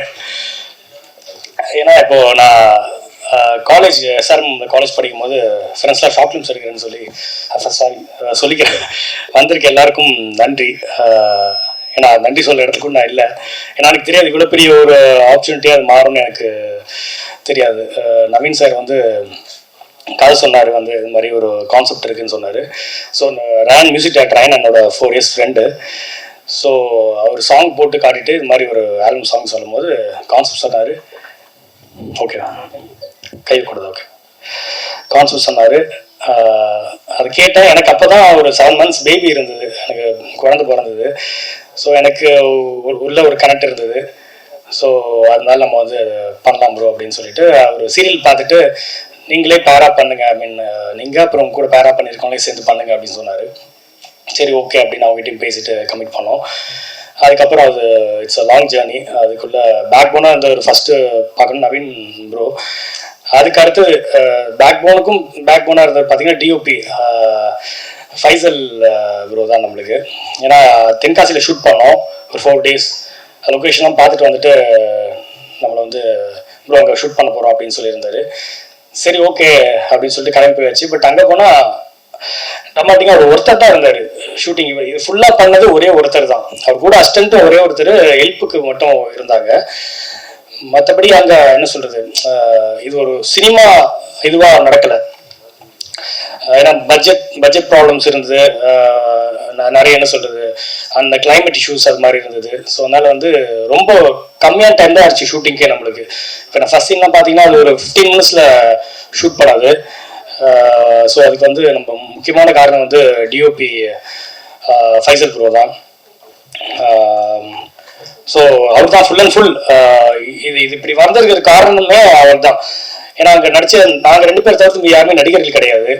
எல்லாருமே அங்கங்கே யார் இருக்காங்களோ அப்படியே லைன் கட்டி கூப்பிட்டு வந்துடுறாரு, வாங்க இது மாதிரி ஒரு எடுக்கிறோம், விஜய் டிவியில் சீரியல் பண்ணுறவங்க வந்திருக்காங்க, ஃபோட்டோ எடுத்துக்கோங்க அப்படின்னு சொல்லி திரட்டி கூப்பிட்டு வந்தவங்க தான் எல்லாருமே. அந்த இடத்துல அந்த ஹாஸ்பிட்டல் ஆகட்டும் எல்லாமே வந்து அப்படி பர்மிஷன் கேட்டு வித்தின் 10-15 மினிட்ஸ் தான் ஒரு இடத்துலையுமே டக்குன்னு ஃப்ரீ வைப்பாரு, ப்ரோ போயிடலாம் அப்படின்னு டக்குன்னு ஷூட் பண்ணிடுவார். ஏன்னா நம்ம டேரக்டருக்கு தான் ஃபஸ்ட்டு டைம் டேரக்ஷன். அவர் வந்து சிஆர்பிஎஃப்ல இருந்திருந்தாலும் அது ஒரு நாலேஜ் இருக்குது, அதாவது இதுக்குள்ள அவருக்கு நாலேஜ் இல்லை. ஏன்னா அவரே சொல்லுவார், இல்லை ப்ரோ எனக்கு டீம் நல்லா எடுத்த மாதிரி வேணும்னு சொல்லி. ஸோ இவர் தான் வந்து ஸ்பாட்டில் இதை பண்ணுறதெல்லாம் அவர் பார்த்துட்டு இருக்காரு, என்ன ப்ரோ இதுக்கு இவ்வளோ டைம் எடுக்குமா, டக்குன்னு போயிடும்னு நினச்சேன் அப்படின்னாரு. அப்போது சார் சொல்லியிருந்தாரு இது மாதிரி டக்குன்னு குழந்தை பிறந்தோன்னே கிளம்பிட்டாரு கார் பிடிச்சி அப்படின்னு. அதுக்கு பின்னாடி நாங்கள் பட்ட கஷ்டம் எல்லாம் தெரியும். அதுக்கு பின்னாடி ப்ரோ பெரிய இது இருக்குது ப்ரோ, பர்மிஷன் கிடைக்காது அப்படின்னு சொல்லி ரொம்ப பேசிட்டு இருக்காரு. ஒரு 10 மினிட்ஸாக ஷூட் பர்மிஷன் கிடச்சிருக்கு, பட் அவர் 1/2 மணி நேரம் பேசுறாரு, இல்லை ப்ரோ இது இப்படி எடுக்க முடியாது, பர்மிஷன் கேட்குற ப்ராசஸ்லாம் நம்ம எடுக்கணும் அப்படின்னு சொல்லிட்டு இருக்காரு. பட் எங்களோட நேரம் பற்றாக்குறையினால அதை பண்ண முடியல. அதனால அது அவரும் தப்பு கிடையாது, டைம் இல்லாதனால நடந்த விஷயம் தான் அது. மற்றபடி அவர் வந்து நான் கன் ஹோல்ட் பண்ணுறதுலேருந்து எல்லாத்துக்கும் என்னை வந்து என்ன சொல்கிறது ரொம்ப திட்டிக்கிட்டு இருந்தார். நான் கன்னா இப்படி டக்குன்னு எடுத்து பிடிச்சிரும் எல்லாரும், இல்லை ப்ரோ இப்படி பிடிக்கக்கூடாது, இப்படி ஹேண்டில் பண்ணணும்னு சொல்லி அதுக்கே ஒரு 10-15 மினிட்ஸ் எனக்கு ட்ரைனிங் கொடுத்துட்டு இருப்பாரு. பட் அது ஏன் சொல்கிறாருன்னு எனக்கு தெரியும். ஏன்னா வந்து வெளில பார்க்குறவங்க வந்து ஜஸ்ட் இன்னும் நடிச்சிருக்காம்பா அப்படின்னு இருக்கக்கூடாது. இது வந்து ஓகே நிஜமாலே ஒரு மிலிட்ரியில் இருக்கவங்க பண்ணியிருக்காங்கன்ற மாதிரி ஃபீல் பண்ணுன்றதுக்காக அவர் பார்க்குறேன். ஏன்னா அவரோட பெட்டாலியன் இருக்கவங்க பார்க்கும்போது என்னடா இது அப்படின்னு கேட்டக்கூடாதுக்காக அவ்வளோ மெனக்கெட்டு பண்ணிக்கான்னு தெரியும். பட் நேரம் பற்றாக்குறையால வந்த அவுட்புட் தான் ஆக்சுவலி இது. பட் அவர்கிட்ட அடுத்த ப்ராஜெக்ட் வந்துச்சுன்னா இதோட பெட்டர்மெண்ட்டாக வரும்னு எனக்கு ஒரு பெரிய நம்பிக்கை இருக்குது. ஸோ ரொம்ப ஹாப்பி, ஐ மீன் இந்த ப்ராஜெக்ட்ல இருக்கிறது ரொம்ப ஹாப்பியாகவும் பிளஸ்டாகவும் ஃபீல் பண்ணுறேன். அடுத்தது சார் அமீர் சார் வந்து அவரை பற்றி சொல்லி ஆகணும். ஏன்னா 2000 சொல்ல வேணாம்னு சொன்னார் இப்போ பருத்திவீரன் பற்றி. பட் அது எனக்கு எடுத்த தாக்கம் என்னன்றதை நான் ஷேர் பண்ணிக்கணும்னு நினைக்கிறேன். நான் காலேஜ் 2010 காலேஜ் ஜாயின் பண்ணுறேன். அப்போ வந்து ஷார்ட் ஃபிலிம்ஸ் பண்ணணும்னு ஃப்ரெண்ட்ஸ் பிளான் பண்ணிருக்கும் போது 2-3 ஷார்ட் ஃபிலிம் பண்ணுறோம். அதுக்கப்புறம் என் ஃப்ரெண்ட் வந்து என்னை வச்சு வந்து ஒரு கிராம சப்ஜெக்ட் பிளான் பண்ண சொல்கிறான். என்னடா நான் எப்படா கிராமத்தை நான் பண்ணுறது, எனக்கு தெரியாதுடா, அந்த வாழ்விலே எனக்கு வராது அப்படின்னு. பருத்தியூர்னு ஒரு படம் பாரு அப்படின்னு சொல்கிறான். நான் அந்த படம் பார்க்க மாட்டேன்டா, எனக்கு கொஞ்சம் சில சீன்ஸ் பார்த்து எனக்கு ஒரு மாதிரி இருந்துச்சு, நான் ஃபுல் படம் பார்க்க மாட்டேன் அப்படின்னு அந்த டைமில் அந்த மெச்சூரிட்டிக்கு நான் சொல்கிறேன். இல்லை நீ பார்த்துட்டு வா உனக்கு தெரியும் அப்படின்றான். அதை நான் ஃபுல் படம் பார்க்கறதுக்கு ஒரு நாள் பார்த்தேன், 2-3 நாள் பார்க்குறேன் உட்காந்து படத்தை. நான் அது ஒரு எண்டு கிளைமேக்ஸ் எல்லாம் எனக்கு ஒரு மாதிரி ரொம்ப என்ன சொல்கிறது, ஒரு மாதிரி எப்படி எனக்கு ஃபீல் சொல்கிறேன்னு தெரியல, ஒரு மாதிரி அழறதா இதுவாக இருந்தா ஒரு மாதிரி அந்த ஃபீல் எனக்கு சொல்ல தெரியல. அது மாதிரி இருந்துச்சு. இல்லைடா எனக்கு இது படம் எனக்கு பார்த்துட்டு எனக்கு இது இதுவாக இல்லை அப்படின்றான். இல்லை எனக்கு திருப்பாரு அதே சொல்லிகிட்டே இருக்கான். எனக்கு இருந்த நாலேஜ் மெச்சூரிட்டிக்கு எனக்கு வந்து அந்த படம் இப்போ பெருசாக புரியல. ஷார்ட் ஃபிலிம் தானே பண்ணுறோம், வாடா போய் பண்ணலாம் அப்படின்னு. ஸோ அதே மாதிரி லுங்கி கட்டிட்டு அதே மாதிரி ஒரு ஒரு பேக்ராப்பில் நாங்கள் போய் ஷூட் பண்ணிட்டு வரோம். ஸோ அது என்னோடய ஃபஸ்ட் எக்ஸ்பீரியன்ஸ். அதாவது அமித் சார் வந்து எனக்குள்ளே வந்தது வந்து அதுக்கப்புறம் பார்த்தீங்கன்னா வடச்சென்னையில் வந்து சார் நடிச்சிருந்தார். நான் ஜூனியர் ஆர்டிஸ்டாக ஒர்க் பண்ணியிருந்தேன். அப்போ சாரை பின்னாடி இருந்து தான் பார்த்துருக்கேன் நான். ஓகே இவர் தான் பருத்திவீரன் டைரக்டர் அமித் சார் அப்படின்னு. ஸோ அப்போ பார்க்கும்போது நான் பின்னாடி நின்றுருப்பேன், சார் பெர்ஃபார்ம் பண்ணிட்டு இருப்பாரு. அதெல்லாம் பார்க்கும்போது ஒரே கூஸ் பம்ப்ஸாக இருக்கும், நம்ம நிற்கிற இடம் ரியலா இல்லையா அப்படின்னு. சார் ரியலாக இருக்குன்னு இப்போ எனக்கு அதே மாதிரி ஒரு ஃபீல் தான். ஏன்னா இவ்வளோ பேர் வந்து நான் நடித்ததை பொறுமையாக உட்காந்து பார்த்துட்டு அதை பற்றின ஒரு விவாதம் போகுது அப்படின்னா கொஞ்சம் ரொம்ப சந்தோஷமாக தான் இருக்குது எனக்கு இது நான் சொல்கிறதுக்கு. ஸோ அப்புறம் நம்ம 3 Dot studio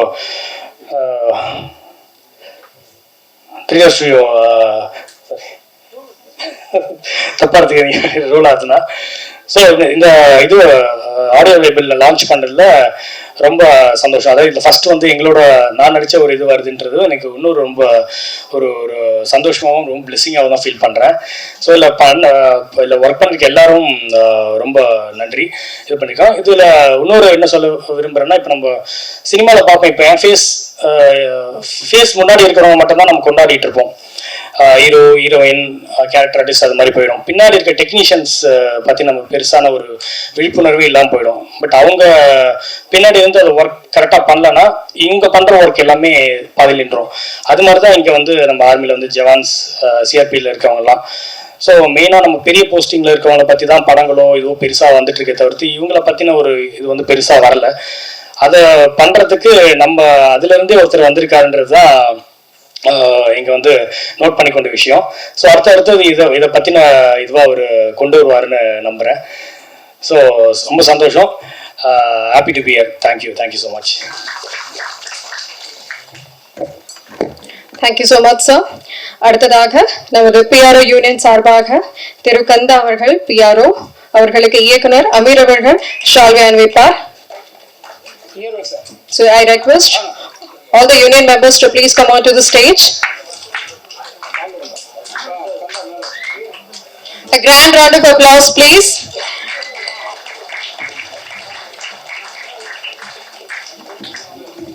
And I request all of the delegates to please join us.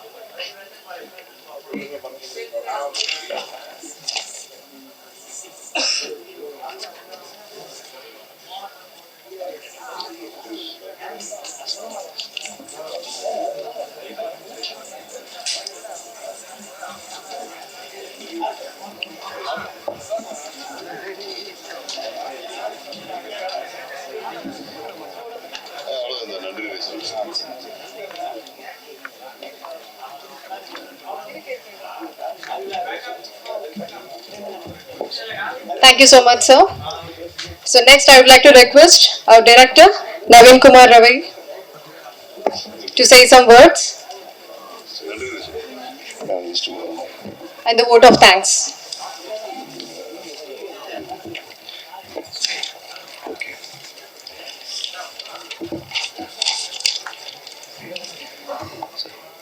Sir எல்லாருக்கும் வணக்கம். இல்லை ஃபர்ஸ்ட் டைம் சார் மீட் பண்ணிங்க.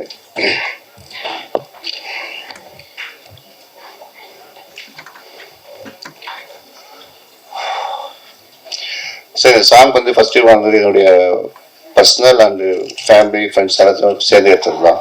இது ஐடியா வந்து ஃபர்ஸ்ட் என்னோட ஃப்ரெண்டாளுக்கு ஷேர் பண்ணேன். அப்புறம் கேஎம் ரியான் சார் கிட்ட ஸ்டோரி சொல்கிறப்போ என்னை நம்பி சாங் பண்ணார். அதுக்கப்புறம் ஷூட்டுக்கு பிளான் பண்ணுறப்போ ஃபைசல் ப்ரோ அவர்கிட்ட சொன்னேன். ஹரிஷ் ப்ரோ சொன்ன மாதிரி எனக்கு ஃபர்ஸ்ட் டைம் அவர் வந்து ஆல்மோஸ்ட் ஒரு 17 இயர்ஸ் வந்து சினிஃபீல்ட் ஒர்க் பண்ணார். நான் ஃபர்ஸ்ட் டைம் சொல்கிறதுனால வந்து அவர் எதுவுமே கோச்சிக்காமல் இது பண்ணாலும் நான் என்ன கேட்கணும் நல்லா புரிஞ்சுக்கிட்டு ஒவ்வொரு விஷயத்தையும் ஃபுல்லாக சப்போர்ட் பண்ணி அவர் மேக்ஸிமம் ரொம்ப ஹெல்ப் பண்ணாங்க. இதாவது சாங் முடிச்சுட்டு வெளியே வரப்போ வந்து லேபிள்ஸ் பேசுகிறப்போ வந்து சார் வந்து ஃபருக் சார் 3 டாட்ஸ் ஒரு கம்பெனி லான்ச் பண்ணுறதே பெரிய விஷயம்.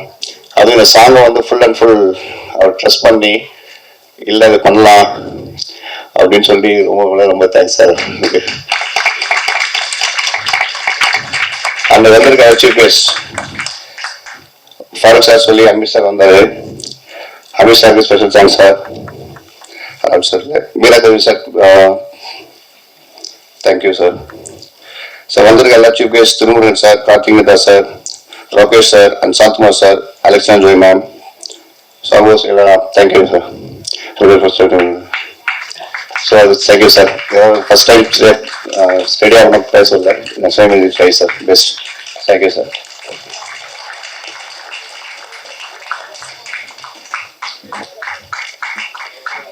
Thank you so much, sir. Thank you one and all. So அனைவருக்கும் நன்றி.